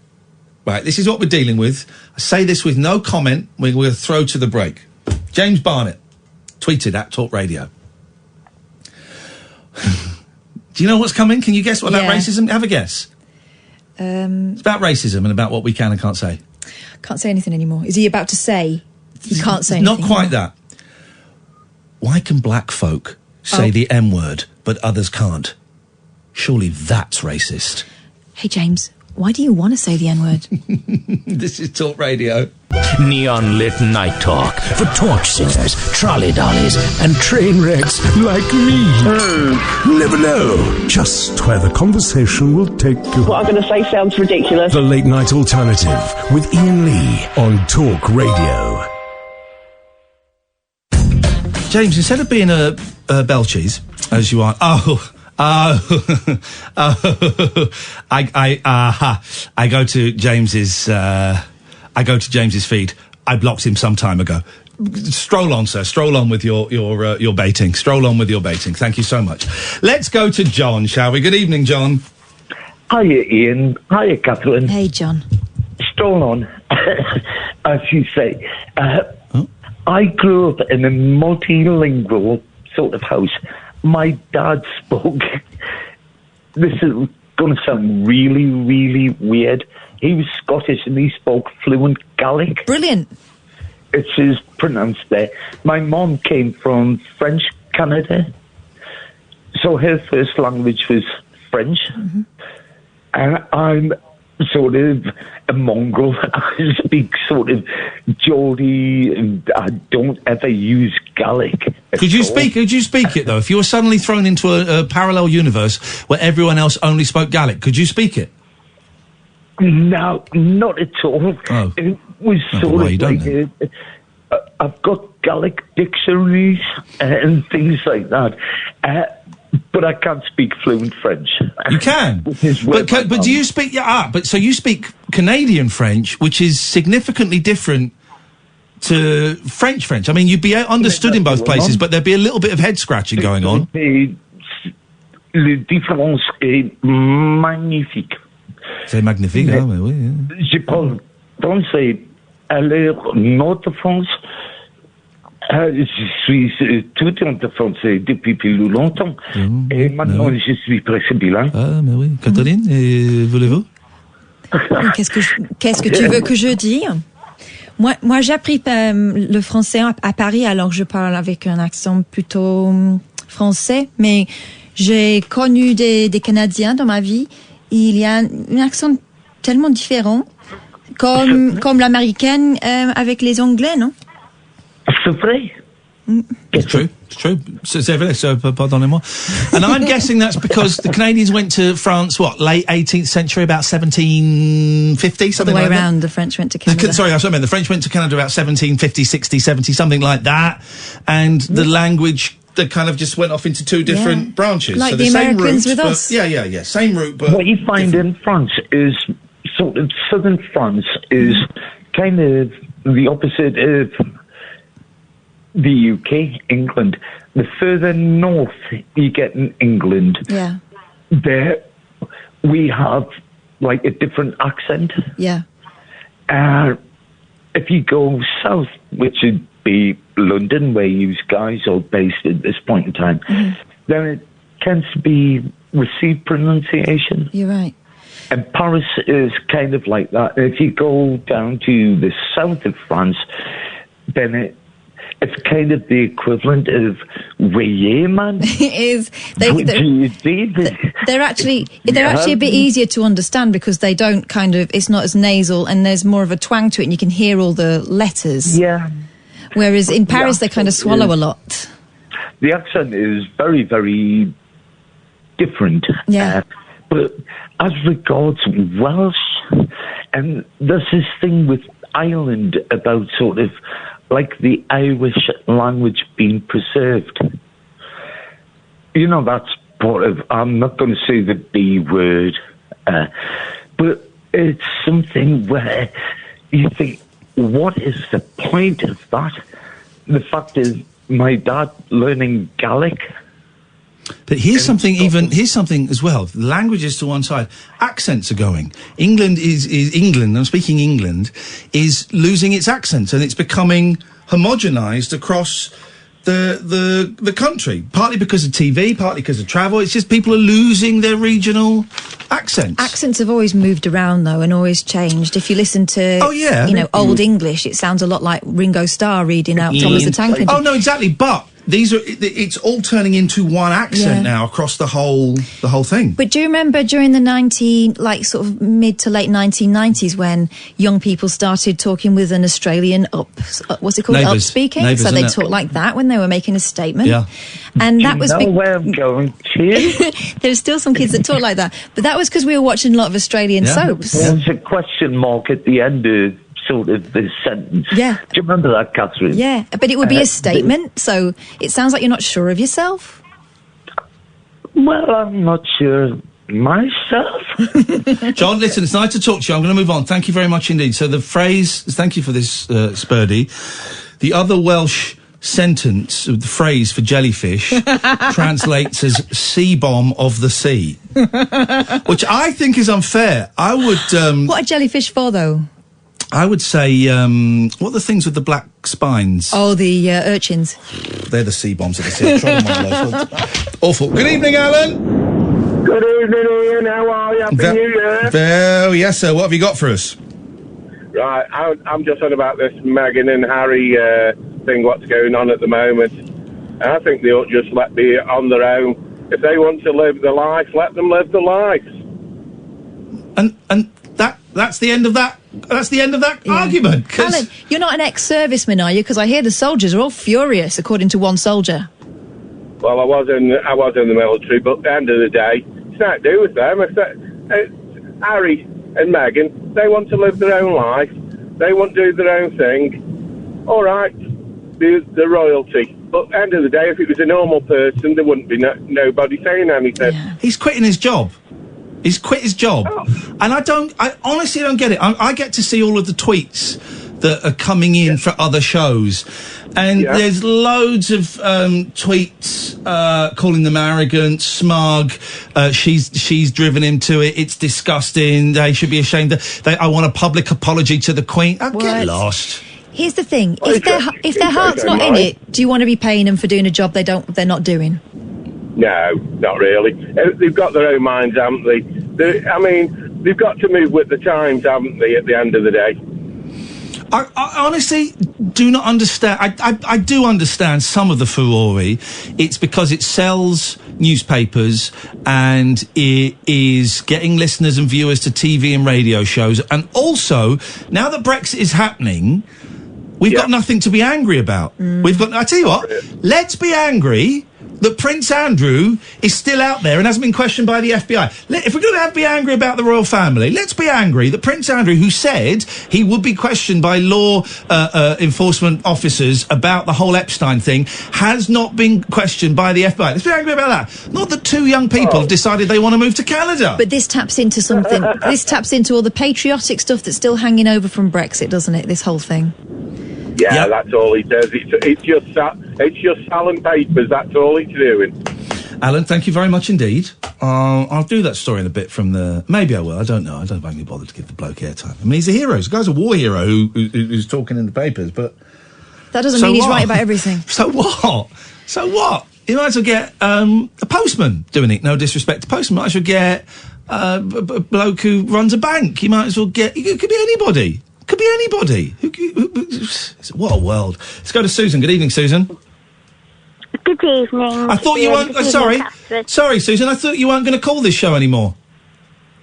Well, I'd like to give it a try if you'd let me allow you. No, you told James Whale that you weren't going to call this show anymore. I think you told... I think if you let me finish, I think you told him as recently as... Was it Friday's show that you told him you weren't going to call this show anymore? Yes, but did you listen to the reason I gave? No, I switch off when you come on. Okay. Well, you didn't switch off. You heard me call. No, so I didn't. Switch off then. No, I didn't. I didn't hear you call. Someone told me. The reason I gave was because you don't believe me and you accuse me of telling lies. I think you're lying about your boyfriend. Yes. I still don't believe you. So I don't believe you. And also, you've proven yourself to be a liar. You said you would never call the show again, and you're calling us. No, I want to call you about the gentleman who said he had a French-Canadian mother and a Scottish gentleman father who spoke Gaelic. And I think it's rather wonderful. Great. And it I'm going to reminds let you me go, of a Susan. boyfriend I'm I going had to... Another 20 boyfriend you had. years ago. Okay. Thank you so much for your call, Susan. Thank you so much. Thank you. Another boyfriend you had. Okie dokie. This, dear listener, is still, for the meantime, Talk Radio. Uncut after-hours conversation for the up-all-night generation. The Late Night Alternative with Iain Lee on Talk Radio.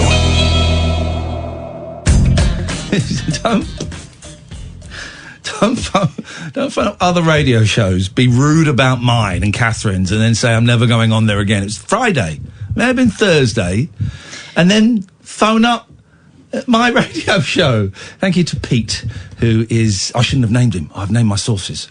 Or did we? It was Pete who grassed her up. Thank you. This is the thing. I don't listen to the whole output of Talk Radio. Hey, I tried to make peace with Matthew Wright today on Twitter. Didn't hear anything back in return. That's fine. That's fine. Some of you may have seen I tweeted Matthew, because we had a significant run-in, like 2 years ago, man, where I went on his TV show, and you know the story. I've told you the story so many times. And I'm really enjoying going to 12-step meetings, and I'm not doing any step work at the moment because my sponsor's away, but I'm really enjoying connecting with resentment and forgiveness and all of that. And I've had a really good weekend, and I'm just want to get rid of any extra resentments I got. And I realised I was holding a resentment around Matthew, and I thought, I don't want to hold that. I don't need that resentment. It's weighing me down. And that means that, you know, sometimes I might say rude things about him, you know, behind his back, obviously, in conversations, and just think that's not a nice way to behave. No, that's you're not carrying nice. it around. That's not nice. And I used to get on with Matthew before that, so I just sent him a tweet. And I would rather have done it in private. I don't have an email or a phone number for him. I don't know how the internal email system works here. I'm certainly not connected to that beast. I suspect he is not as well. So I just tweeted him saying, look, I'm you know, what you did, I think, was mean and it hurt. But I forgive you. Maybe that was the thing. I did toy with the phrase "I forgive you" because it can be seen as being a little high-handed, a little condescending, and a little superior. But it's the truth. I mean, I'm not going to say I'm sorry for my part in it because I didn't play a part in it. Unless Matthew thinks otherwise and wants to tell me. But I didn't hear anything back. But it was a genuine attempt to, you know, hands across the water to try and get rid of a resentment. Well, no, it has succeeded, and I've pretty much got rid of that resentment now.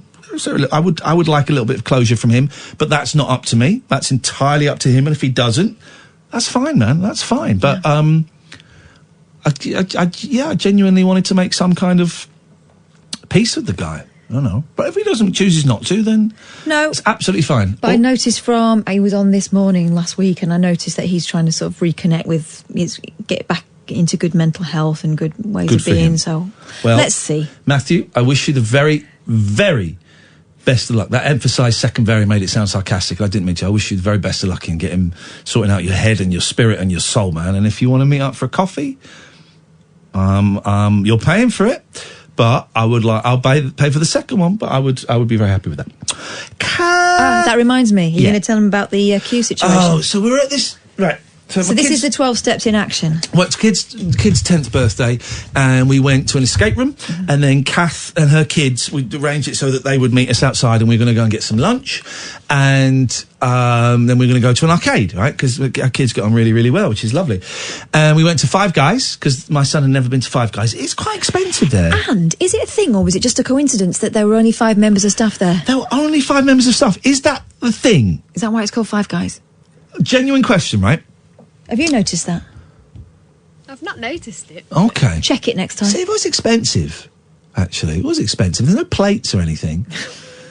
Well, for me and the boys, it cost 40 quid. I know.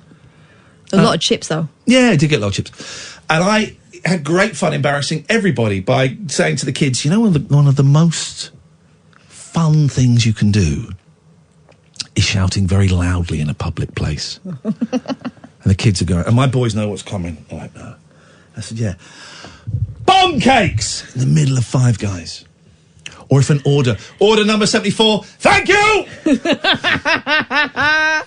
My youngest started copying that, but they did get very embarrassed. But when did they get freaked out? When I did it. Oh, when Kath did it. That meant everybody had gone loco. All the rules And then are we off. went to this arcade, right, in Milton Keynes, and it's a fun place. We've been there a couple of times. And the kids, you get points, right? You get virtual tickets, points on your card, and if you get enough points, you can get a TV. Yeah. You only need 45,000 points to get a TV. And so my kids I've got like 400 on there. I think one's got 700. Your youngest got 500 tickets in one go just by throwing a ping pong ball down a hole. Yeah. And all the other kids are like, what? Anyway, so we're queuing up. It was an expensive day, but it's his 10th birthday. So we're queuing up for the VR. They got 4-way VR, right? So I'm there queuing up at the VR. 4-way VR. And I'm there queuing. I'm on my own, right? Because everyone's off. And I'm queuing, right? 3 or 4 minutes later, so I've been queuing for a while. 3 or 4 minutes later, a guy comes up and stands sort of next to me, behind me, next to me. A minute, he says to me, are you queuing for this? I said, well, yeah, I want to find out how I get a ticket, but yeah, I'm queuing up for this. He said, the guy said, I think you go to the front and buy tickets there. And I said, okay. Something about him I didn't like. I went, okay, well, I'll just ask this guy here who was setting up the team in front of us. I'll just ask this guy here. Thanks. And then he went off, didn't he? No, he didn't go off then. He was there. He'd been. Right. So this is why I came 3 or 4 minutes later. So I'm there, and this guy's busy setting up the thing. And this guy's queuing. And then Kath came, and then the kids came. And so we're there. And then I saw another member of staff, and I went over to the member and said, God, what do I have to do to get the 4 pass on this for people? He said, if you go to the front, you can buy a ticket and then you just come back. And I said, okay. So then, and this is why I said this very specifically to you, Catherine, I then went back to you and said, Catherine, I'm just going to go to the front and pay. You stay here and wait for this. Stay here, keep our place in the queue. Those are my exact words, right? Very, very, very specific. And this guy's virtually standing next to me. You stay here and keep our place in the queue, right? Yeah. So I go off to the front of the shop, buy a ticket, come back. 60 seconds max, right? Get back. The team that are on there have still got 4 minutes going on the thing. And then I said to the guy that was working there, I said, I've got my card. And the guy said, and this is when my whole world collapsed around me. It's like finding out I was an orphan. I was adopted. The guy said, oh no, that man's next, pointing to the guy. And I said, no, I've been queuing up. And Kath and the kids are still, no, I've been queuing. He said, and he just looked at me and sort of shrugged. It's not his problem, he's a kid. And then the guy said, yeah, you went away to pay, and I've already paid. Apparently while I've been away, he said something. The guy came over who was sort of supervising the virtual reality, and he said, who's next? And the guy went, well, I mean, I've already paid. Okay. So I said, yeah, but he said, I've already paid. I said, yeah, no, but I've paid. I was queuing, and then I left someone here in my place. I went and paid, and I came back within 60 seconds. I'm first in the queue. He said, well, yeah, I'm here for a kid's birthday party. I said, yeah, so am I. He said, well, yeah, but, I went away and paid and I came back. I said, yeah, so I'm really sorry. I kept saying this phrase to him. That's not how queues work. At no point, when I was stood here for 3 minutes, then you came and joined me for a couple of minutes, at no point did you say, oh, I think I'm in the queue before you. You didn't say that any point, because if you'd have said that, I'd have seen that this game is 5 minutes and it takes 2 minutes to set up. I'd have done the maths that your game is 5 minutes and takes 2 minutes to set up. So that's 14 minutes, 15 minutes it would take. I might go off and do something else. Well, that's just the way it is. And there was silence. And they're fuming. I nearly saw them fuming. And the kids are there. My kids are like, oh God, here we go.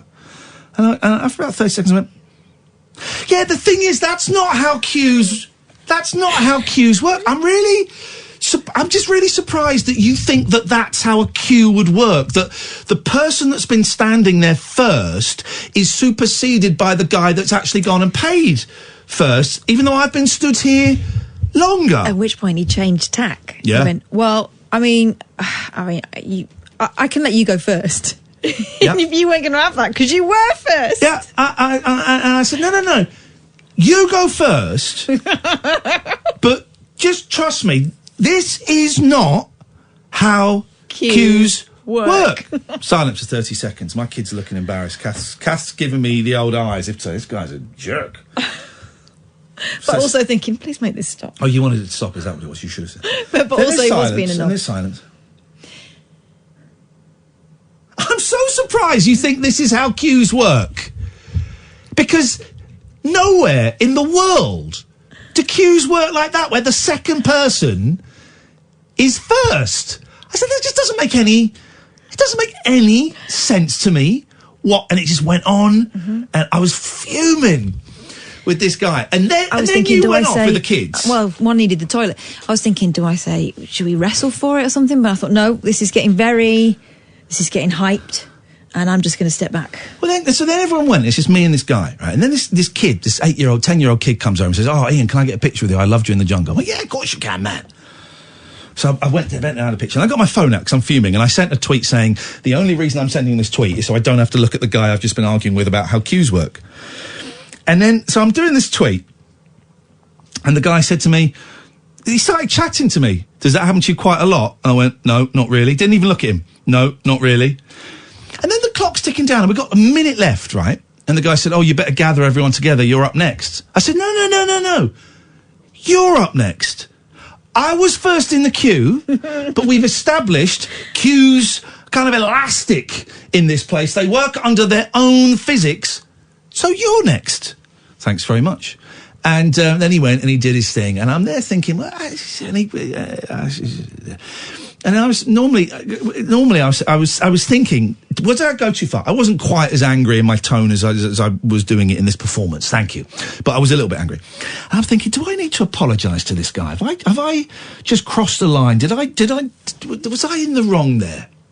And normally, my history is people either walking over me and me kind of accepting it, or me getting very angry and kind of overreacting. And when I get angry and overreact, I always have to go, now because I've learnt it, self-awareness, I have to go and apologise. So I'm really sorry. That was out of order. And I was thinking, no, that guy was wrong. I know how cues work. I know how they work, right?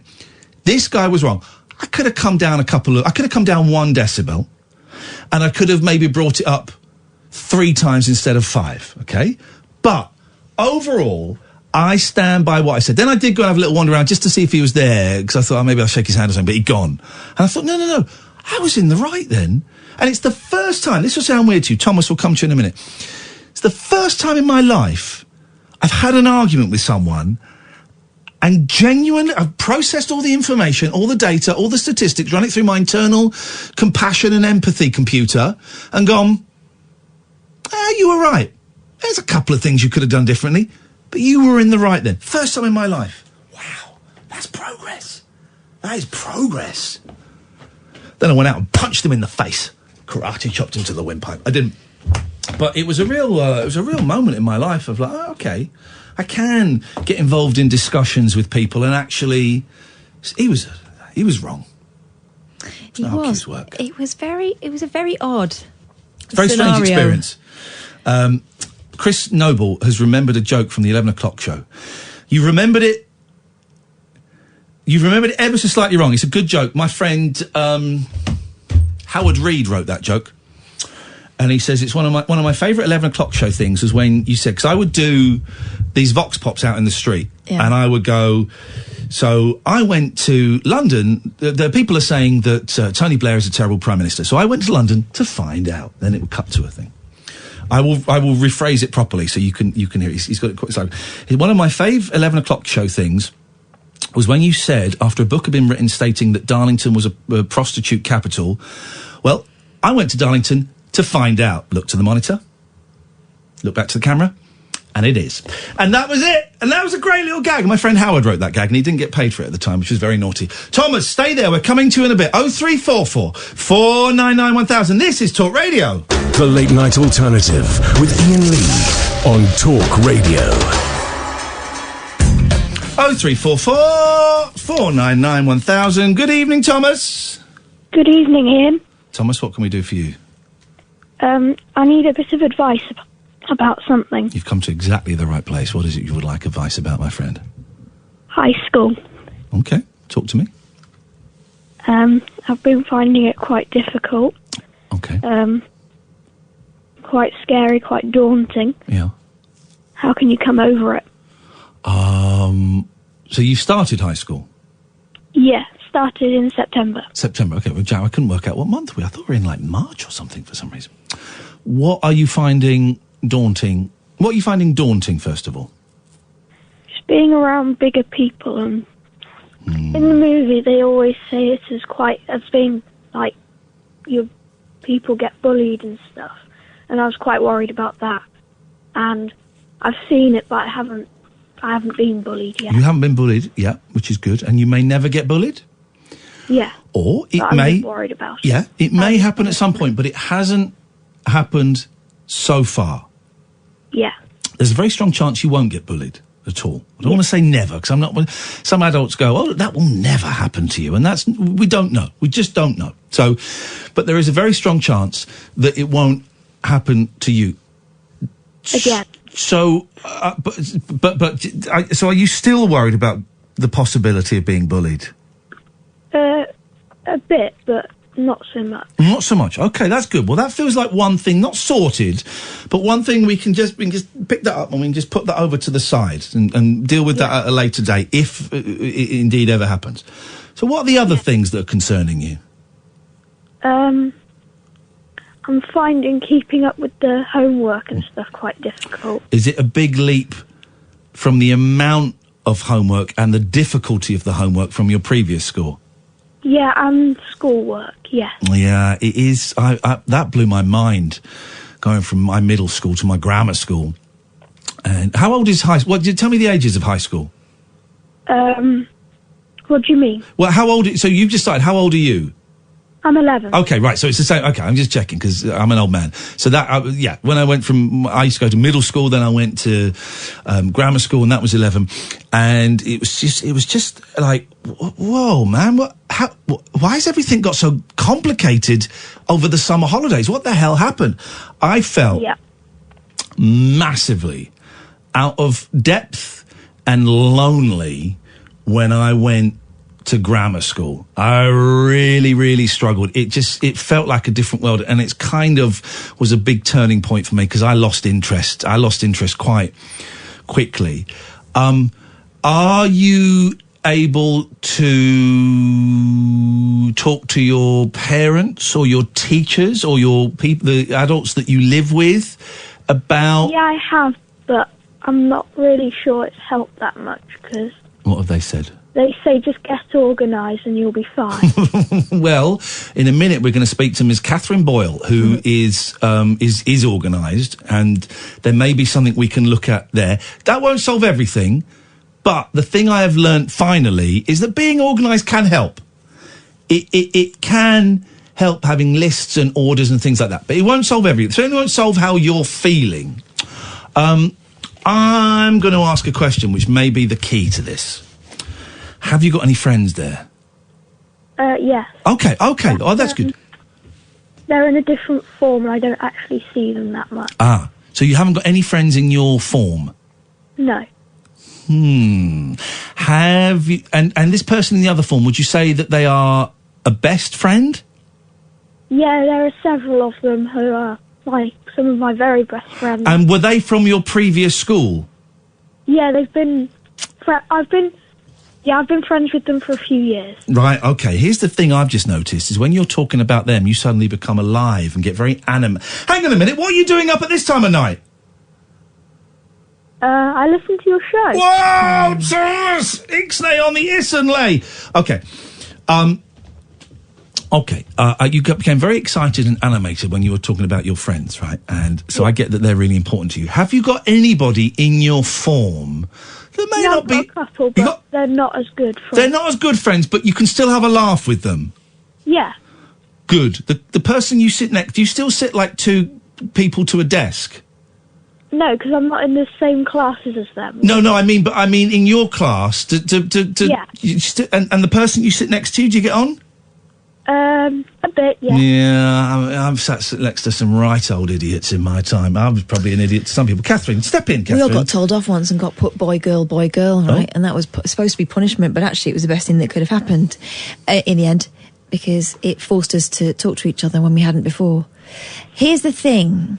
I didn't go to high school. I went to a middle school, but I was the new girl when I was 10, so I kind of get that whole thing about being taken out of somewhere where you felt secure and where you were used to, and all of a sudden you're in somewhere that seems massive and new, and you're lucky that you've got some friends, but in form time I get that you can feel a little bit like you're there on your own. And I don't have any classes with any of my friends. No. So you only see them at break time and stuff. Yeah. Here's what helped me, because I used to feel really anxious about going to school from about 10 to about 11, maybe 12. Don't think about the whole week, just think about every day as it comes. Oh, that's a good one. Because I used to worry about school. I used to see just a never-ending stream of like homework and stuff like that. And I used to get, very anxious about it. Just take every day, even if it's every hour when you're at school, as it comes. And actually, that way, the time flies by a lot more, and you're not making... Because I think sometimes if you worry about things, you suffer twice, because you worry about what might happen, like when you were talking about bullying and stuff. You worry about what might happen, and then if it does happen, then you've suffered twice. Do you know what I mean? Does that sound silly? Yeah. So, be reassured that you won't be the only person feeling like that, because everyone's in the same boat. And also, it's really early days at that new school. You've only been there since September, and then you've had that long Christmas break. Things will start to get easier, but just don't try not to think about it as a week-long thing. Just take every day as it comes. Here's what I get, Thomas, right? And it's really easy for me and Catherine to say things will get easier, because we know they will. We know they will, because I've been there and Kath's been there. Different ways, but we've been there, right? And two old people going, it'll get better. Even though it's couched in reality and truth, that isn't going to help you now. So, here is my suggestion to you, right? The Kath's suggestion of taking it one day at a time is spot on. Absolutely perfect. Find the things that you really love and enjoy. Find the lessons, the subjects, the teachers, the things that you really love and enjoy. Throw yourselves into them, bathe in them, cover yourselves in them. What are the subjects you really dig? What do you mean, really like? Yeah, so I'm talking like an old man from the 60s. I do apologise. What are the subjects that you really like? Maths, English, science. Oh, you're like my boy. Are you any good at maths? Yeah, I'm in set 1. Oh, mate, well done. My son, my eldest, both of them, but my eldest in particular, really good at maths, and I couldn't understand it. It was like going into a Chinese lesson, having missed the first year of Chinese. I just couldn't get it. Throw yourself into that, Thomas. Enjoy it. Sit at the front if you get the choice. I don't think you do, actually, but listen, pay attention, ask questions, answer questions. Never be afraid to put up your hand and say, I don't know what that means. And on the friendship side of things, it sucks that you're not in the same group as your friends that you already have, but there must be, and you said there are people in your class you get on all right with. So that's a good thing, right? That you get on all right with them. Don't expect them to be your best friend. You don't need a best friend. You've already got a best friend. Just, take it as an opportunity to, have a chat with someone else. And you know what? If you don't like them, it's fine. You've got proper friends. But I think slowly but surely you'll realise that not everyone's an idiot. I remember what I was going to say. Thomas, you like the show, right? Yeah. And do you like me? Yeah, you're funny. Thank you, man. And you trust me, yeah? Yes, I do. Well, okay. Well, I've been speaking to you for 5 minutes, 10 minutes maybe, and I have learnt a little bit about you. Would you mind? And I'm very perceptive, as you'll know from listening to this show. I can read people, and I get pretty good impressions of people. Would you mind if I shared what I've picked up about you? Yeah, it's fine. You are very intelligent, very polite, very well-mannered, I'm getting there's a little naughty vibe going on in there as well, but naughty in the good sense. We all like You to mean he's misbehave. normal? He's like to misbehave. I get that. That's fine. Funny. Wonderful soul inside of you, Thomas. You are a good human being. I'm going to say something to you that you may not believe right now, but I really want you to try and trust me, right? Everything's going to be all right. Okay. That's it. I promise you. I promise you. I promise you. I promise you. And it's an old man, you know, telling you that. I promise you. I swear on my life. Swear on my cats' lives. Everything will be all right, Thomas. Okay. Do you believe that? Yes. Good. Hold on to that because it's true. I wouldn't say if it wasn't true. Everything will be all right. I've really enjoyed talking to you. I'm a dad, and I have to say this. You've got to go to bed, man. You've got to go to bed now. Okay, I will. Thank you. Everything will be all right, Thomas. Remember that I told you that, okay? Yep. Speak to you soon, man. Take Thank care. you, Ian. Bye-bye. Thank you. There we go, Thomas. What a beautiful human being. Yeah, same What a age as my beautiful daughter. human being. Yep. Oh, I remember that. That's tough. Everything will be all right. Yeah. 0344 499 1000. This is Talk Radio. The Late Night Alternative with Iain Lee On Talk Radio. We have ways of making you talk.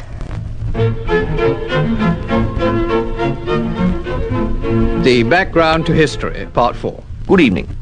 One of the main elements in any assessment of the medieval open field farming system is the availability of oxen for the winter ploughing. Professor Tofts of the University of Manchester puts it like this. To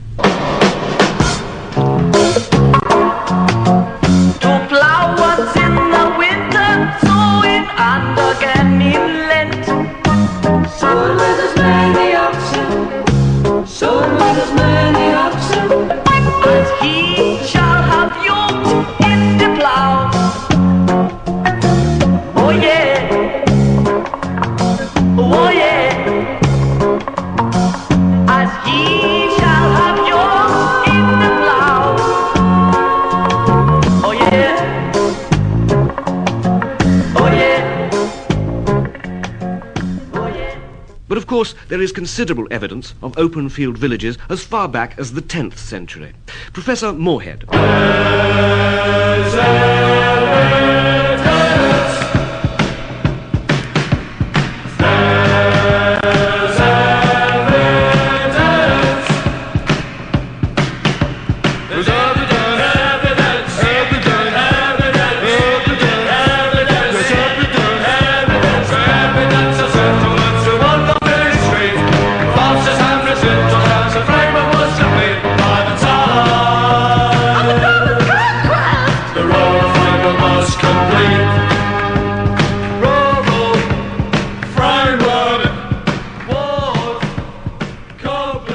This is not to say, of course, that the system was as sophisticated as it later came to be. I asked the Professor of Medieval Studies at Cambridge why this was. Well, it may not have been a statutory obligation, but, a guy who's a freeman was obliged in the medieval system to do boon work? That's right, yeah.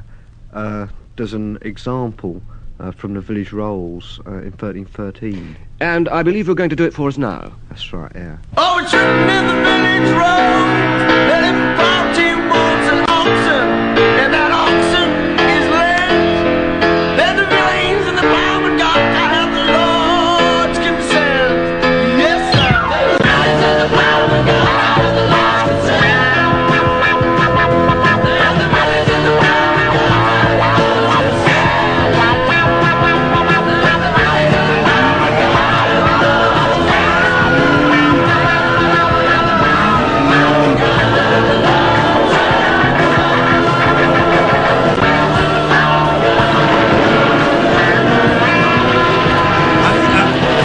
Thank you, James, for treating me that. That's the open field farming system in medieval England by Monty Python. I'd forgotten about that. That is on the Matching Time Handkerchief record. Bit of Neil Innes in there as well, which is nice.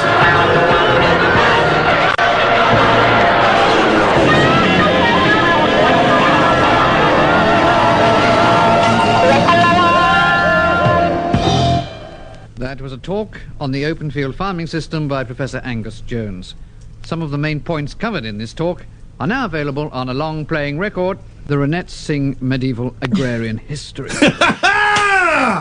First time I heard that, right? I got that record for Christmas, and I heard that, and I loved that song at the end so much. I picked up the needle and put it back, right, to the beginning of the record. I think it's the first track on side 2. And I'm sat there, and it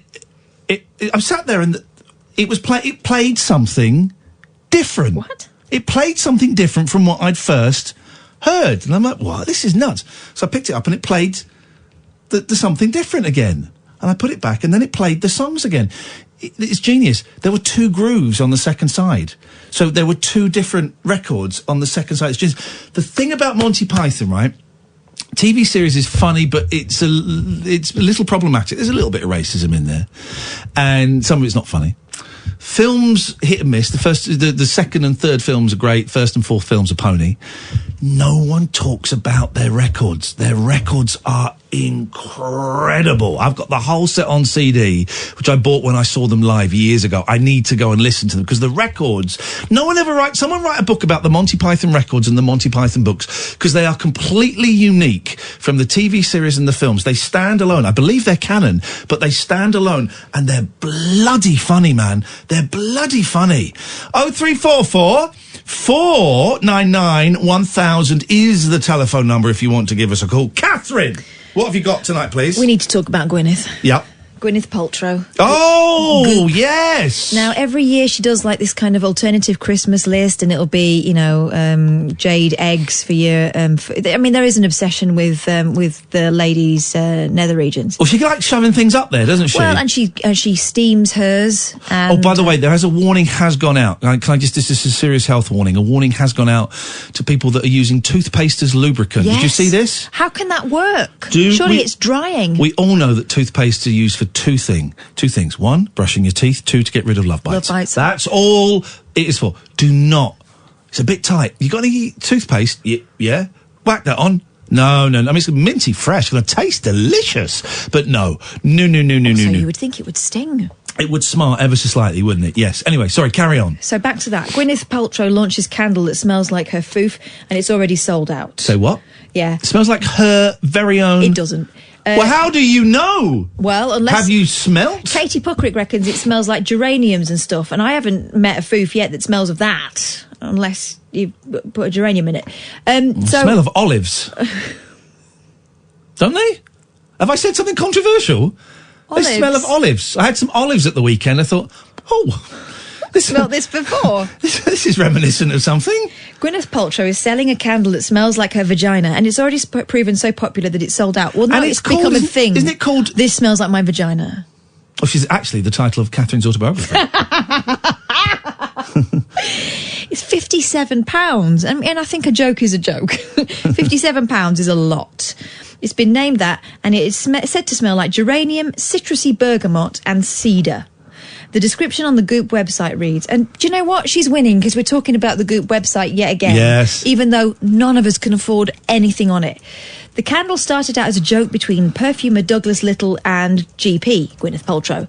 The two were working on a fragrance, and she blurted out, "Oh, this smells like a vagina," but evolved into a funny, gorgeous, sexy, and beautifully unexpected scent. That turned out to be perfect as a candle. We did a test run at an in-Goop Health, and it sold out within hours.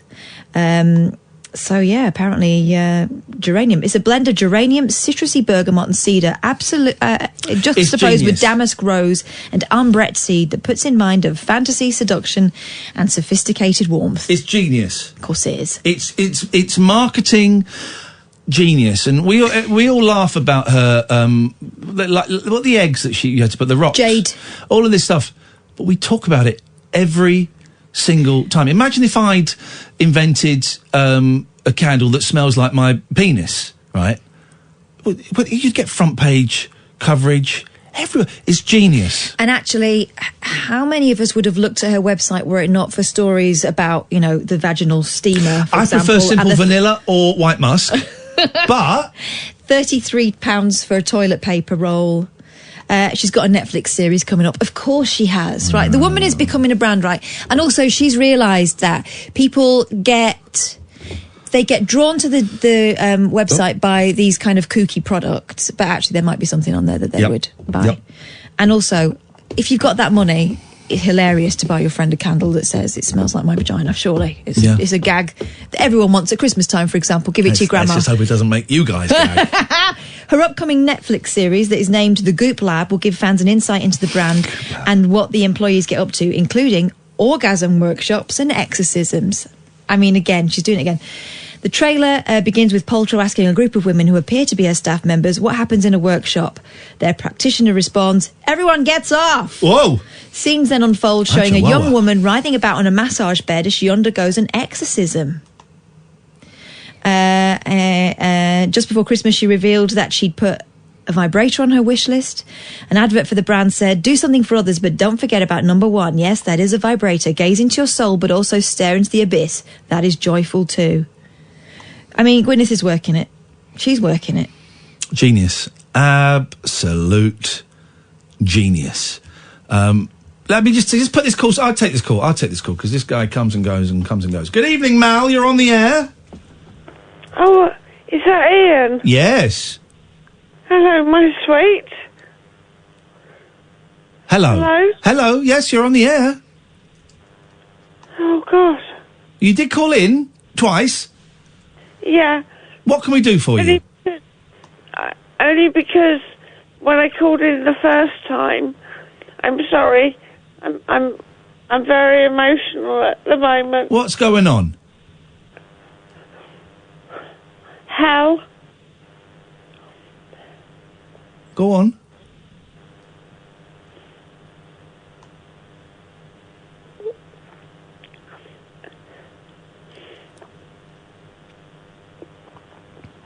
I haven't spoken to you for a few months. Okay. What's going on for you now?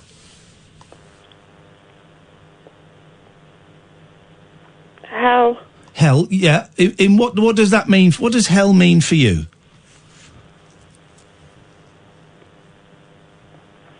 Every time I in the last 2 years,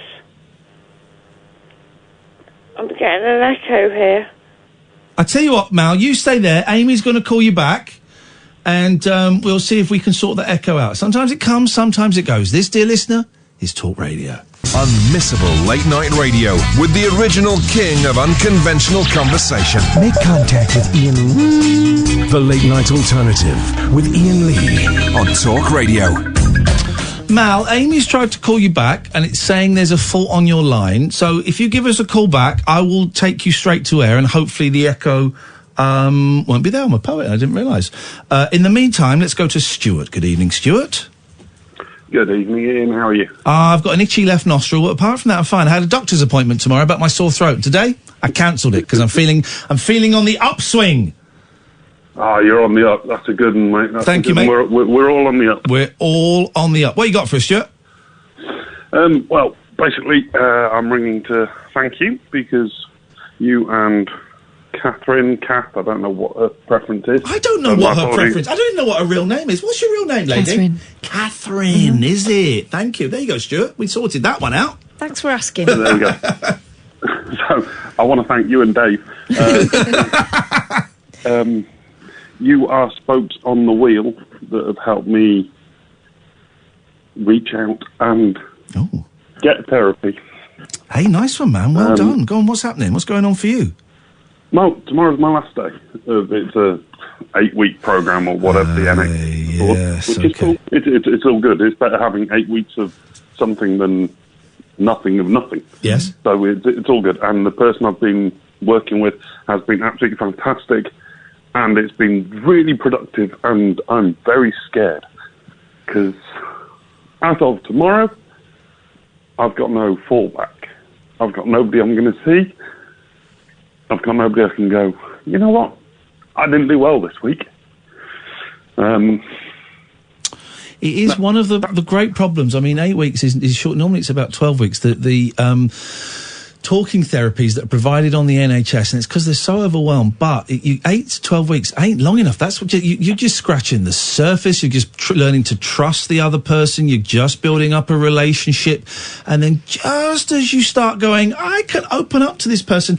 Well, next week, of course, is our last session, and I think in some ways you say it's better than nothing. In some ways, Stuart, for some people, it's actually more dangerous doing that, because you ain't going to fix things in 8 weeks.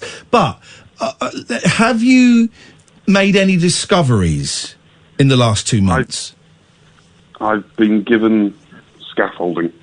Okay, that's a start. That's a start. Which is, the whole process up until now has been productive. I've gone further than I thought I would. Basically I've got anxiety, agoraphobia. That's the issue, which is,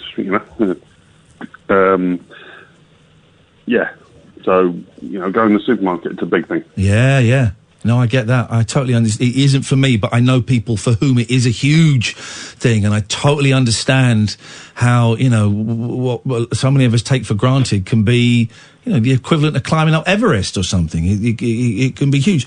In the therapy, and I'm not prying, and you don't have to go into specifics, but did you start to make any discoveries about maybe how this behaviour started? Only that, the big thing is that I'm scared of death.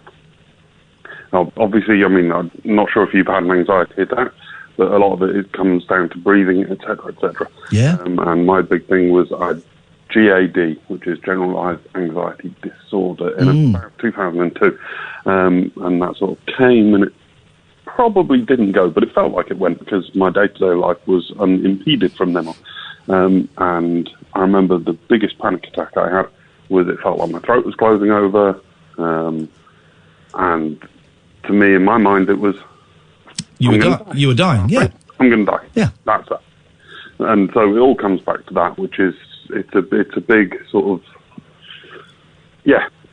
I need to focus on the fact that I'm not going to die. I've not stopped breathing yet. At some point I will. We all do. But it's not going to be from a panic attack. I've had 2 in my life. I'm so lucky. I've only had 2. But I do... Speaking to someone the other day who had them a lot. It is. You think you're going to die, but you ain't going to die from that. Did they give you some exercise, like meditation or counting your breath or anything like that? Practical stuff that you can do to either stop those happening or bring them under control quicker? Yeah, it was more, it's not the breathing side of it, because if I focus on the breathing side, which is my wonderful quirk in this, that makes me worse, because then I start focusing on the breathing and then I think I'm going to die, blah, blah, blah. Okay, I can understand that, yeah.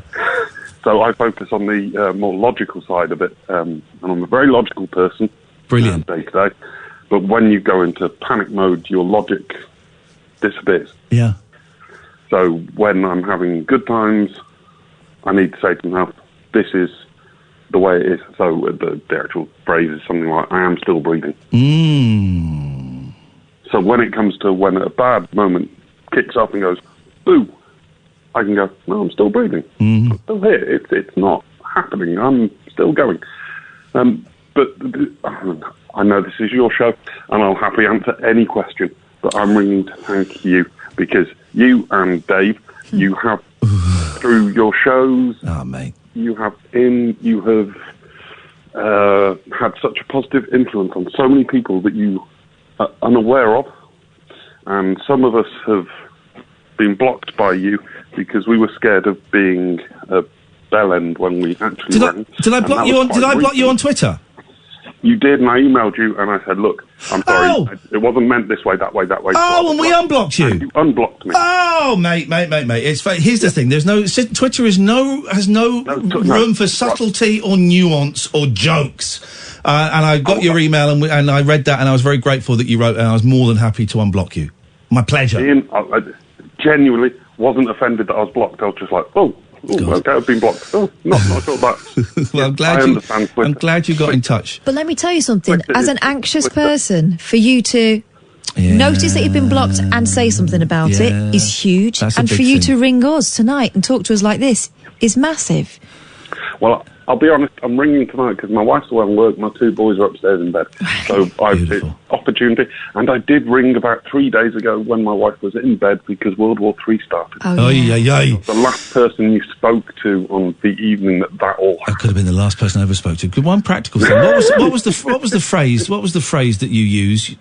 Was it "You're not dead yet"? What is it? Still breathing. Still breathing. I'm still breathing. Do you have that? Have you thought about having that written on a card in your wallet? No, bizarrely, there was a different sensory thing that my therapist has said, and that's if you've got a mint in your pocket, for example, so like extra strong mint, whatever, pull out, put it in the palm of your hand. Oh, okay. All your senses. You touch it, and you feel it's round, it's... Yeah. That's mindfulness in its truest sense. You become completely aware of the thing that you are holding in that precise second in time.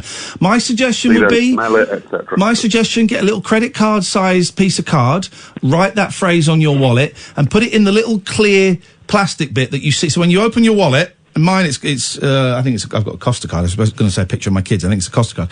But mine is, but in that little plastic bit, so that when you open the wallet, you see it. And you read it, and it becomes a reality. That may help. I don't know, but I'm just putting that out there that might be a useful little thing that you can carry around with you. Stuart, thank you so much for. No. Go on. No. Yes. Yes. No. Yes. I'm a listener. God damn it, Stuart! Block him! block this piece of joke. No, listen, seriously, thank you for sharing that with us. Thank you for saying those very kind words to Catherine and I. I think over Christmas, we've both kind of had a really long think about when this show ends. Legacy is too strong a word, but the impact it might have had. And we are just starting to get to understand how important this show will be to people like you. So you phoning up and saying it is actually very humbling and very kind. I look forward to the next call and then the call after that as your confidence and your self-love grows. Can I say one more thing? No! Yeah, go on, of course you can. I'll go on. that will follow on in the rabbit hole. What you do there, it's different because it's not in your face covering this sort of stuff, but it's a really good listen. And I'm not sure this is the right place to say it, but it's a really good sort of... It takes you away from the moment and it just fills your ears with joy. From this morning, Tuesday morning, you're going to be getting 2 rabbit holes a week, and they're going to be slightly different. And I hope you like our new direction. This one's called Jazz Odyssey. It's written by our bass player. We're going to be doing 2 a week, Tuesdays and Thursdays, and it's going to be slightly different. And I think you're going to enjoy it a bit more. Hopefully. I'm sure I will. Let us know. Have a listen and send us an email and let us know. Stuart, it's really nice to hear from you, man. I'll send you lots of love. Thank you both. Peace and love to you both. Thank you, Stuart. Nice, Peace Stuart. and love. Well, we're getting some nice people calling in tonight. Good human beings. Yeah. Let me go to Mal. Hello, Mal. Is that better? Hello, darling. Hello, Mal. You sound like, who is it? Charlie Drake. Hello, my darlings. Hello, my darling. You're old enough to remember Charlie Drake, aren't you, Mal? Don't let me down on this. I'm 57. You're old enough to remember Charlie Drake and then some. I do remember him. I think I'm going to say Charlie Drake is dead. I don't want to bring it down. I think he died maybe 10 years ago. Charlie Drake passed. We're gonna find out. Let me verify. 2006. There we go. 14 years ago. Mal, so it's hell. Now that's quite a broad description. And Dave and George, stay there. I'm going to come to you in a bit. What is hell for you?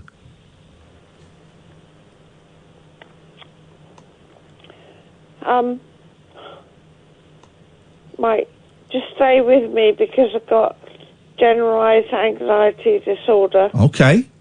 And severe...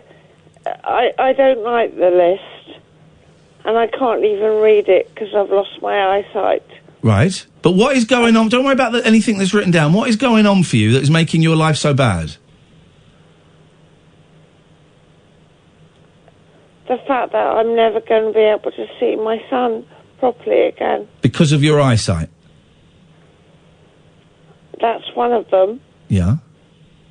This all happened last year, and both my parents died last year. Oh, man, I'm sorry. thank you for saying that. Oh, I am sorry. It's a tragedy when it's inevitable, but it's a tragedy when we lose our parents. We never think we're going to do that. That's going to happen, do we? No, we take it for granted, and then they go, and you go, oh man, abandoned again. What's going on? But Mal, you're pretty miserable right now, but and I can understand that. It sounds horrendous. Have you spoken to your son about this? Yeah, but my son's got autism. Right. And I've tried to help him, and nobody else has, but I've tried to help him over the years. I've got no one else, Iain. No. I just live on my own with my son. And how old is your son? He's 21. And how does his autism manifest itself? What does it... I don't want to say it affects him, because that's slightly demeaning, but what does his autism... how does... I will say, because I'm tired. How does his autism affect him? Well, he wouldn't...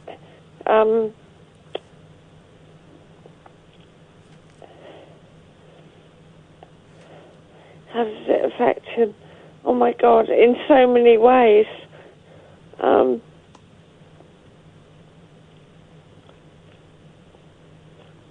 couple of years ago, he won't be listening to this, so he's not here tonight, so I'm able to talk. Good, okay. He's gone to his dad's, but smashing up the house. Oh, yeah, okay. And the council are unable to offer you any respite or anything? No, they've told me it'll take months or years. Okay, but have you started the process for that?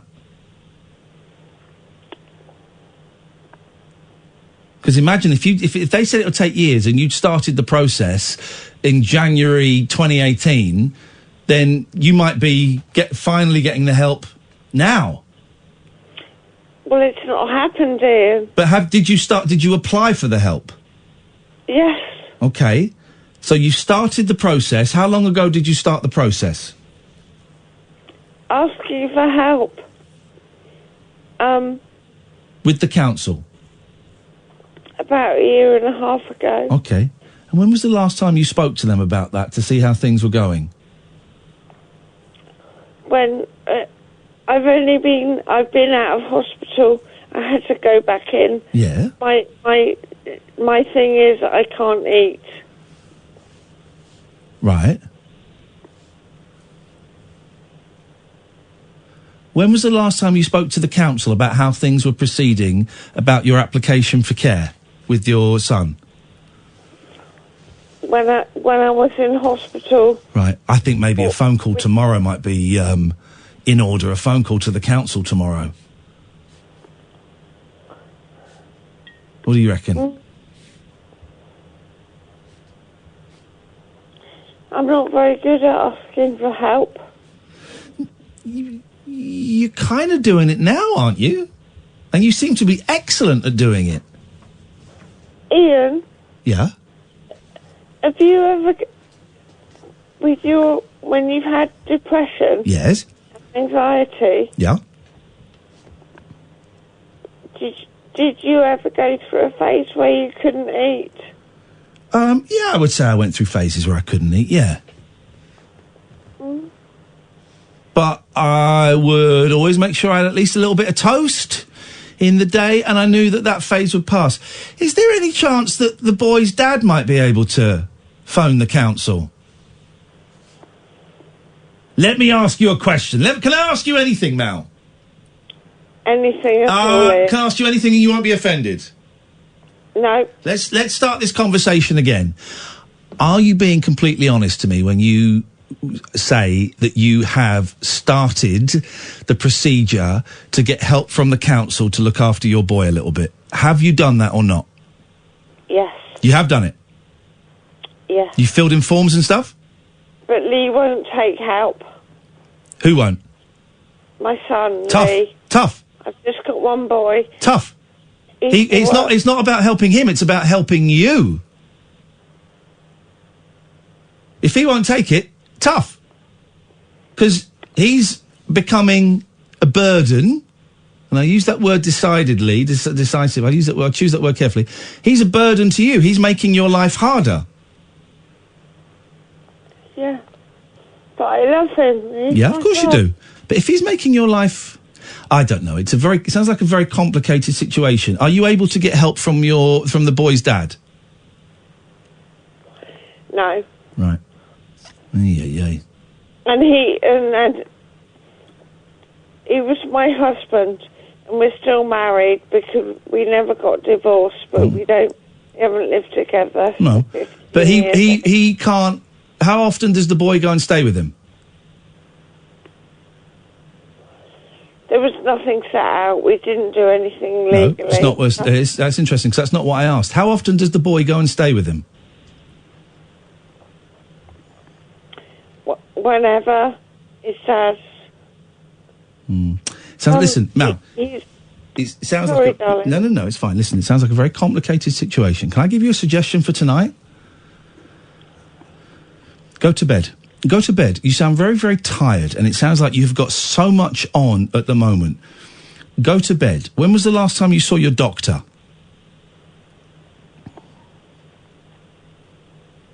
Today. What was that about? Yeah. If you don't mind me asking, you don't have to tell me. Yeah. What did you see the doctor about today?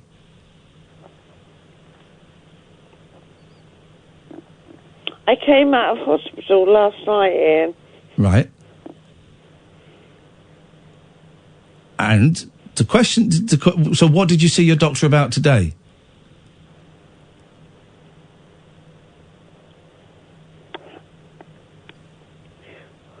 Do you know what? I wish I could answer that.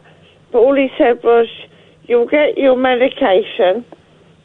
And he was here about 3 minutes. Right. I think you need to learn how to ask for help more. Because here's the thing, no one helps us unless we ask for help. I think you need to ask your doctor for help and tell him you're struggling with your boy. I've been struggling for years on my own. Well, now's the time to stop it. Ian, I've never, ever turned my back on my son. Maybe you should. If he's smashing up the house, maybe you should. Not just the house, me as well. He's beating you up? Yeah. Well, then I think you, I would suggest that maybe you need to consider turning your back on your boy. Out of love and out of self-protection. I don't care about me. You don't know? Okay, you don't. You care about the boy, right? Yeah. Imagine if he went to prison. Well, no, I'd never let that happen. For murdering you. I'm not being flippant when I say that. Imagine he lost his temper so much he killed you. It happens sometimes. I'm not trying to scare you. He'd go to prison for that, right? For a long time. And you wouldn't want your boy to go to prison, would you? God, no. No, of course not. Of course not. Of course not. And that is why, I'm not saying this to scare you. That is why sometimes the best thing we can do for the people we love is to step back. Because if he did lose his temper and he did seriously hurt you, not necessarily kill you, but seriously hurt you, he would go to prison. He's hit me with all sorts. I know. He could go to prison. If a neighbour reports him, he could go to prison. Yeah, but I'm not going to let that happen. How are you going to stop it? Go to prison. Okay. But what I'm trying to say is, and listen, we have to move on because I got Dave and I got George and we've got a break coming up. What I'm trying to say is, it may be out of your hands one day. It may be out of your hands. And here's the thing about British law. If I got really badly beaten up and I said, well, yeah, but I don't want to press charges, sometimes that's not enough and that person will still go to court and could still go to prison. I know what you're saying. I really think, I'm not saying you should do this. Please don't think I am. I think maybe you've got to look at taking a step back from your boy and say, and you can't live like that. That's not fair. No parent should have to suffer physical abuse at the hands of their kids. Right. Now, listen, I have to move on. I just think I suggest maybe it's time for you to really reassess your relationship with your boy and think about what is best for him and, more importantly, best for you. And I can't just get outside the house. Okay, well, so that's what social services are there for. But they're useless. When did you ask them for help? When I came out of hospital. So you came out of hospital yesterday and you asked them for help today? Yeah. With respect, I don't believe that. Well, no.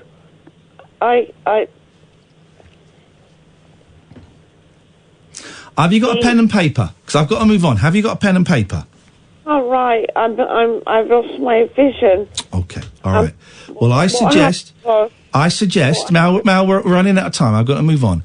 I really suggest, Catherine has, there is an organisation called Refuge, and they are there to help people, primarily women, but to help people who are in violent relationships, whether that be husband and wife, or whether it's coming from a child to a parent.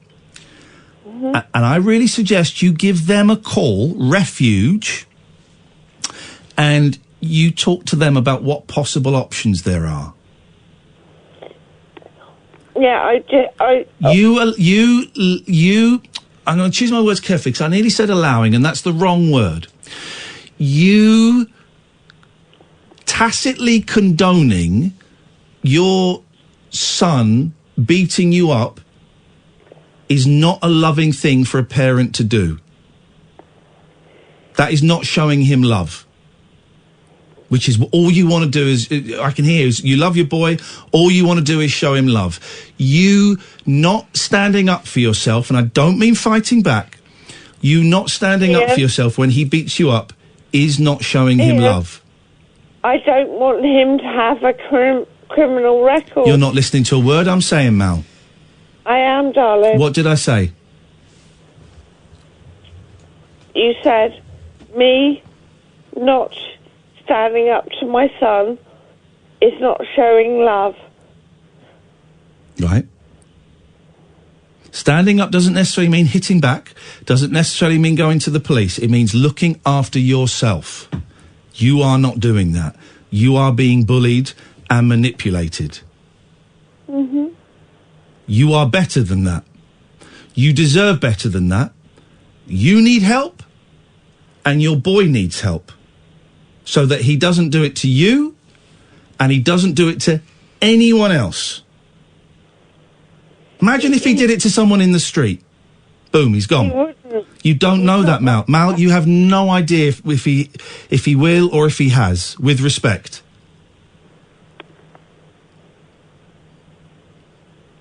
He could be hurting other people, or he could potentially hurt someone else. No, it's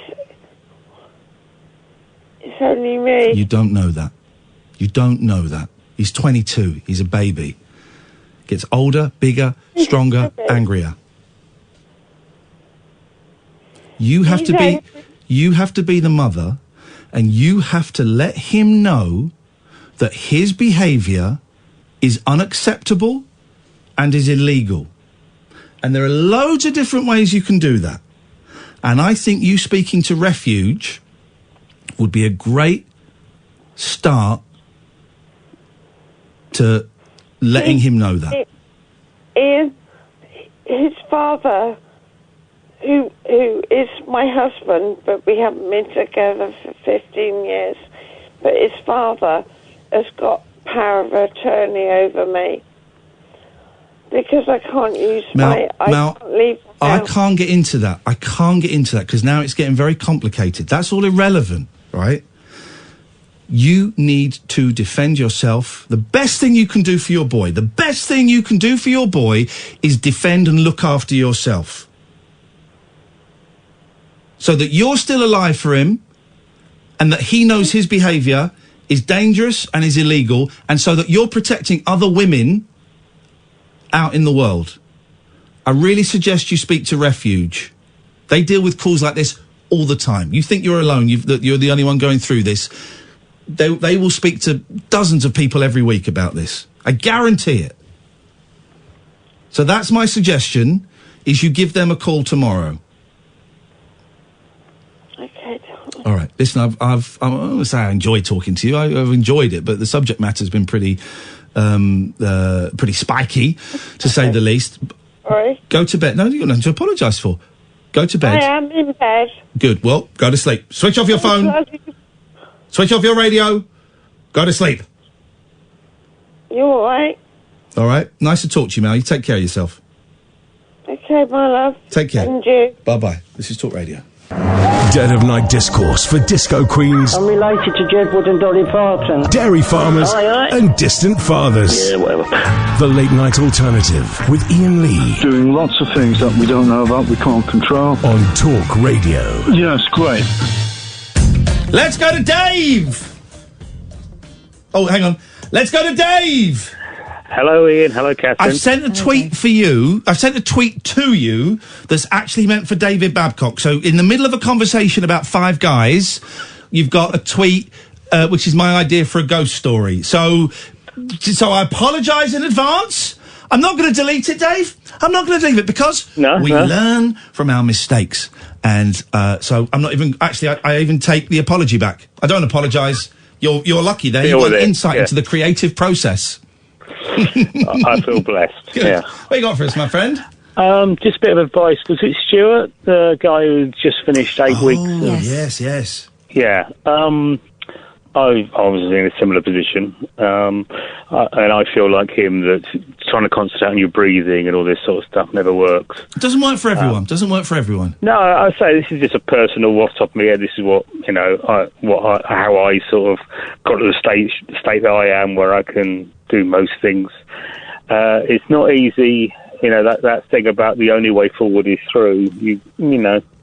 You've got to white knuckle it. The only way of coping with situations is to do them.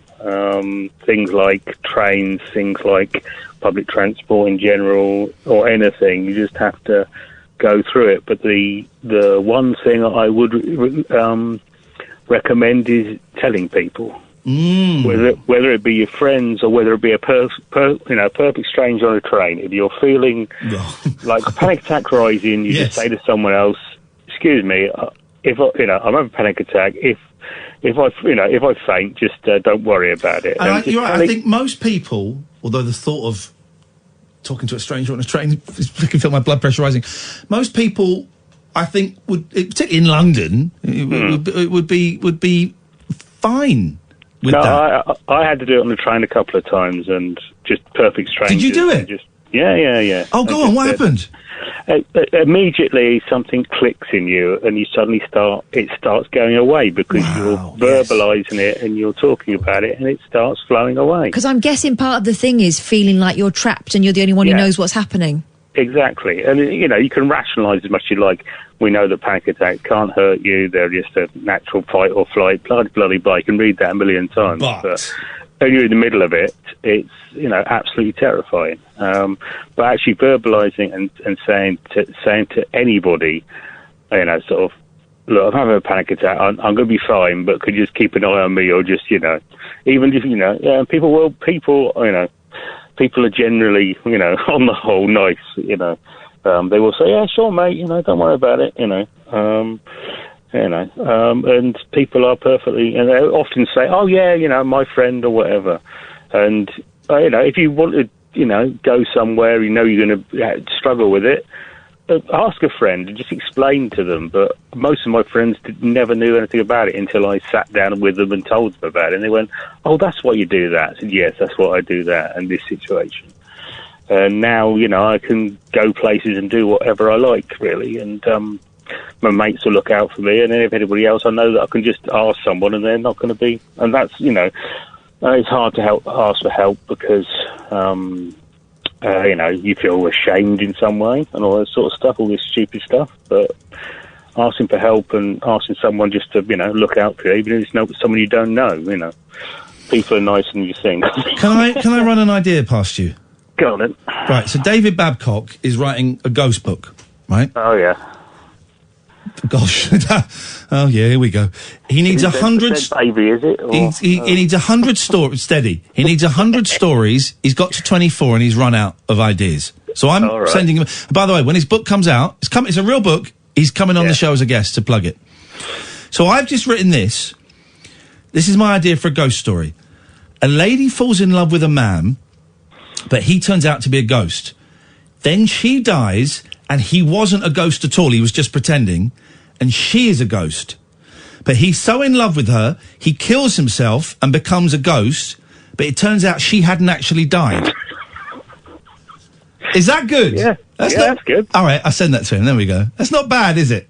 It's a bit like that. Remember that Christopher Reeve film where he falls in love with a woman in a photograph and goes back in time? He convinced himself to go back in time. Something in Love or something. A terrible time travel film. Yeah, he goes back in time. What's the film where...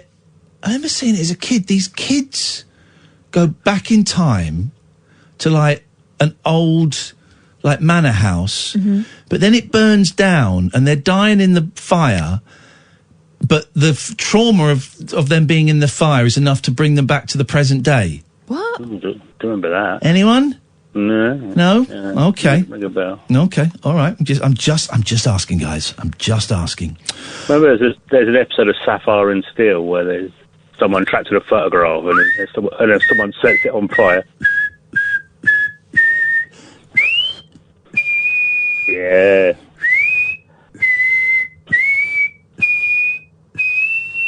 That's the episode I remember. The ghost soldier on the platform whistling, "Pack Up Your Troubles." Whoa. Dave, I'm going to move on because we're coming near the end of the show and I want to speak to Tina. Do you feel, Dave, customer survey, do you feel that you have had a big enough bite of this delicious apple? Yes, I'd punch the green button to say that I've had a great time. Fantastic. Thank you. Tina! Hello, Ian. How are you, my love? I'm fine, Tina. You're not on speakerphone, are you?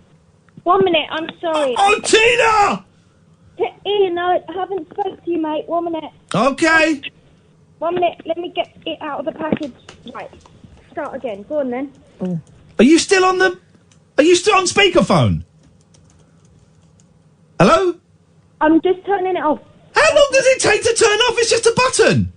Ian, come here, mate. I'm 50. I'm a Luddite. What do you mean you're 50? You're 3 years older than me.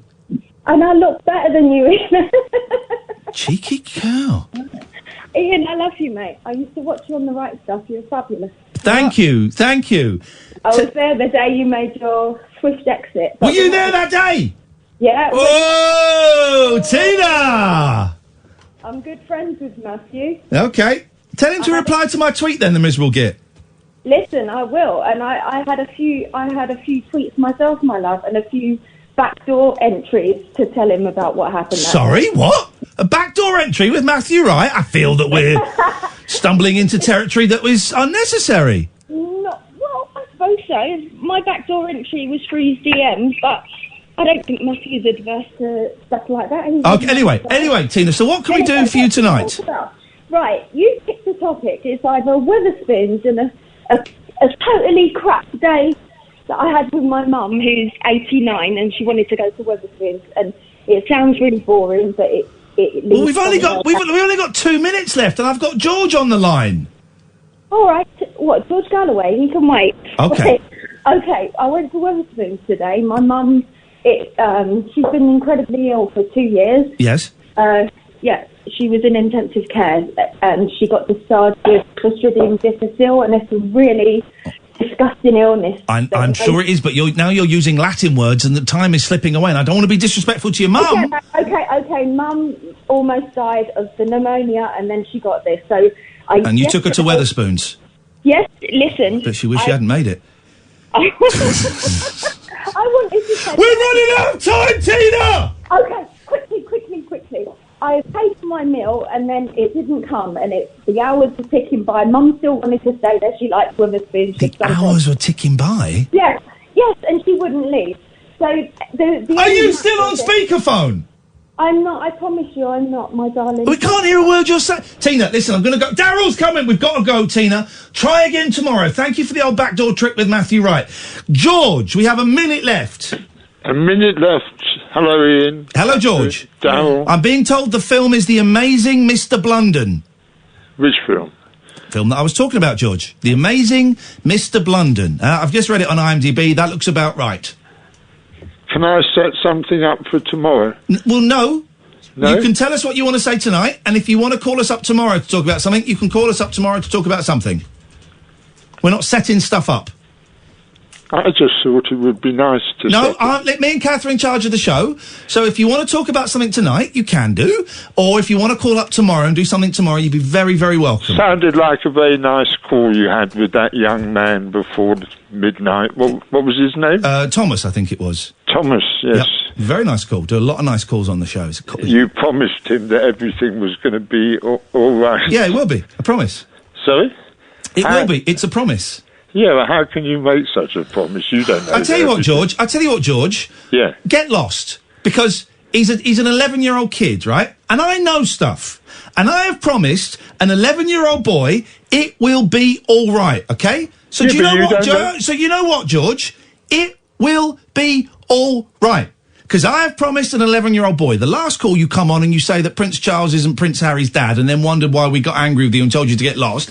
And now you're phoning up and you are telling everybody that Father Christmas isn't real. Well, I tell you what, George, he is very, very real. I know him personally. I have his telephone number. I've spoken to him many, many times. And no, I will not share his phone number with anybody. Daryl's here. Good evening, Hello, Daryl. Ian. Do you know I like George? Right, I've got a lot of time for George. You can have him. Sometimes, yeah. You can have him. I have to at 3 a.m. You can have him. He wants to piss on kids' dreams. Sometimes you need to know when to not fart in the room, when to hold the fart in, don't you? Do you know what I mean? Know when to hold them. Know when to fold them. Some of yours you could fold up. All right, steady. That's disrespectful, actually. I don't even know what that means. No, but It's solid. Oh, I see. Very, very strong in here sometimes. It happens to us all. Why, are you about to drop one? No, I was just referring. It was an analogy. In I see what you reference mean. I see to what you mean. Yes. Very real to George. me. Very real to me. Thank you. Are we okay? You all right? None of your business. I think it might have been. Okay, thanks. I think it might have been the ghost of Willoughby Hall that you were thinking of in the movie. It's The Amazing Mr. Blunden. Let me look at the ghost of Willoughby Hall. Although Let me that have a sounds look. great too. No, or Buxley Hall, maybe, because my producer John is like a film guy. John knows stuff. knows. John's not a movie buff. He's a movie star. He is a movie star. I'm gonna Do you know he's been naked in a film? Yeah, I know. I watched Was it on the other public day. release? Yeah. Oh, he's done a proper film as well, has he? I'm just typing in. I watched it live on the radio the other day. That was good. That was entertaining. 5 minutes. The Ghost of Hitler. No, the Ghost of Buxley Hall. Is that what it is? Are you thinking Willoughby Chase? Ghosts and a young cadet. Ghost of Willoughby Chase. That's what it is. Is that what it is? Ghost of Willoughby Chase? The ghost. No, I don't know. Maybe not. He's come in with false information. Is this? Oh, I've thrown this off a bit. I think I've ruined your show. Do you know It's what? The Amazing Mr. Blunden. It doesn't even matter. Daryl, what's coming up on your show? Doesn't- That's what doesn't- matters. 30 seconds. Bit of Meghan and Harry chat, but we're going to turn it on its head a bit. Are we getting a bit too obsessed? We're going to talk about that tonight. If maybe we've got our priorities wrong. There's a lot of other stuff going on, right? And we seem to be. The Iranians shot down a plane with 176 people on, and we're worried about whether 2 millionaires are going to live here or in Canada. Exactly. You know what I mean? Well, that's my point, rained on. I do apologise. Yes, so we'll get into that after 1 o'clock. Also, we're going to learn about the brain that's been found. It's 2,600 years old. Incredible. It's on before 2. Oh. Well done. Thank you. This is Talk Radio.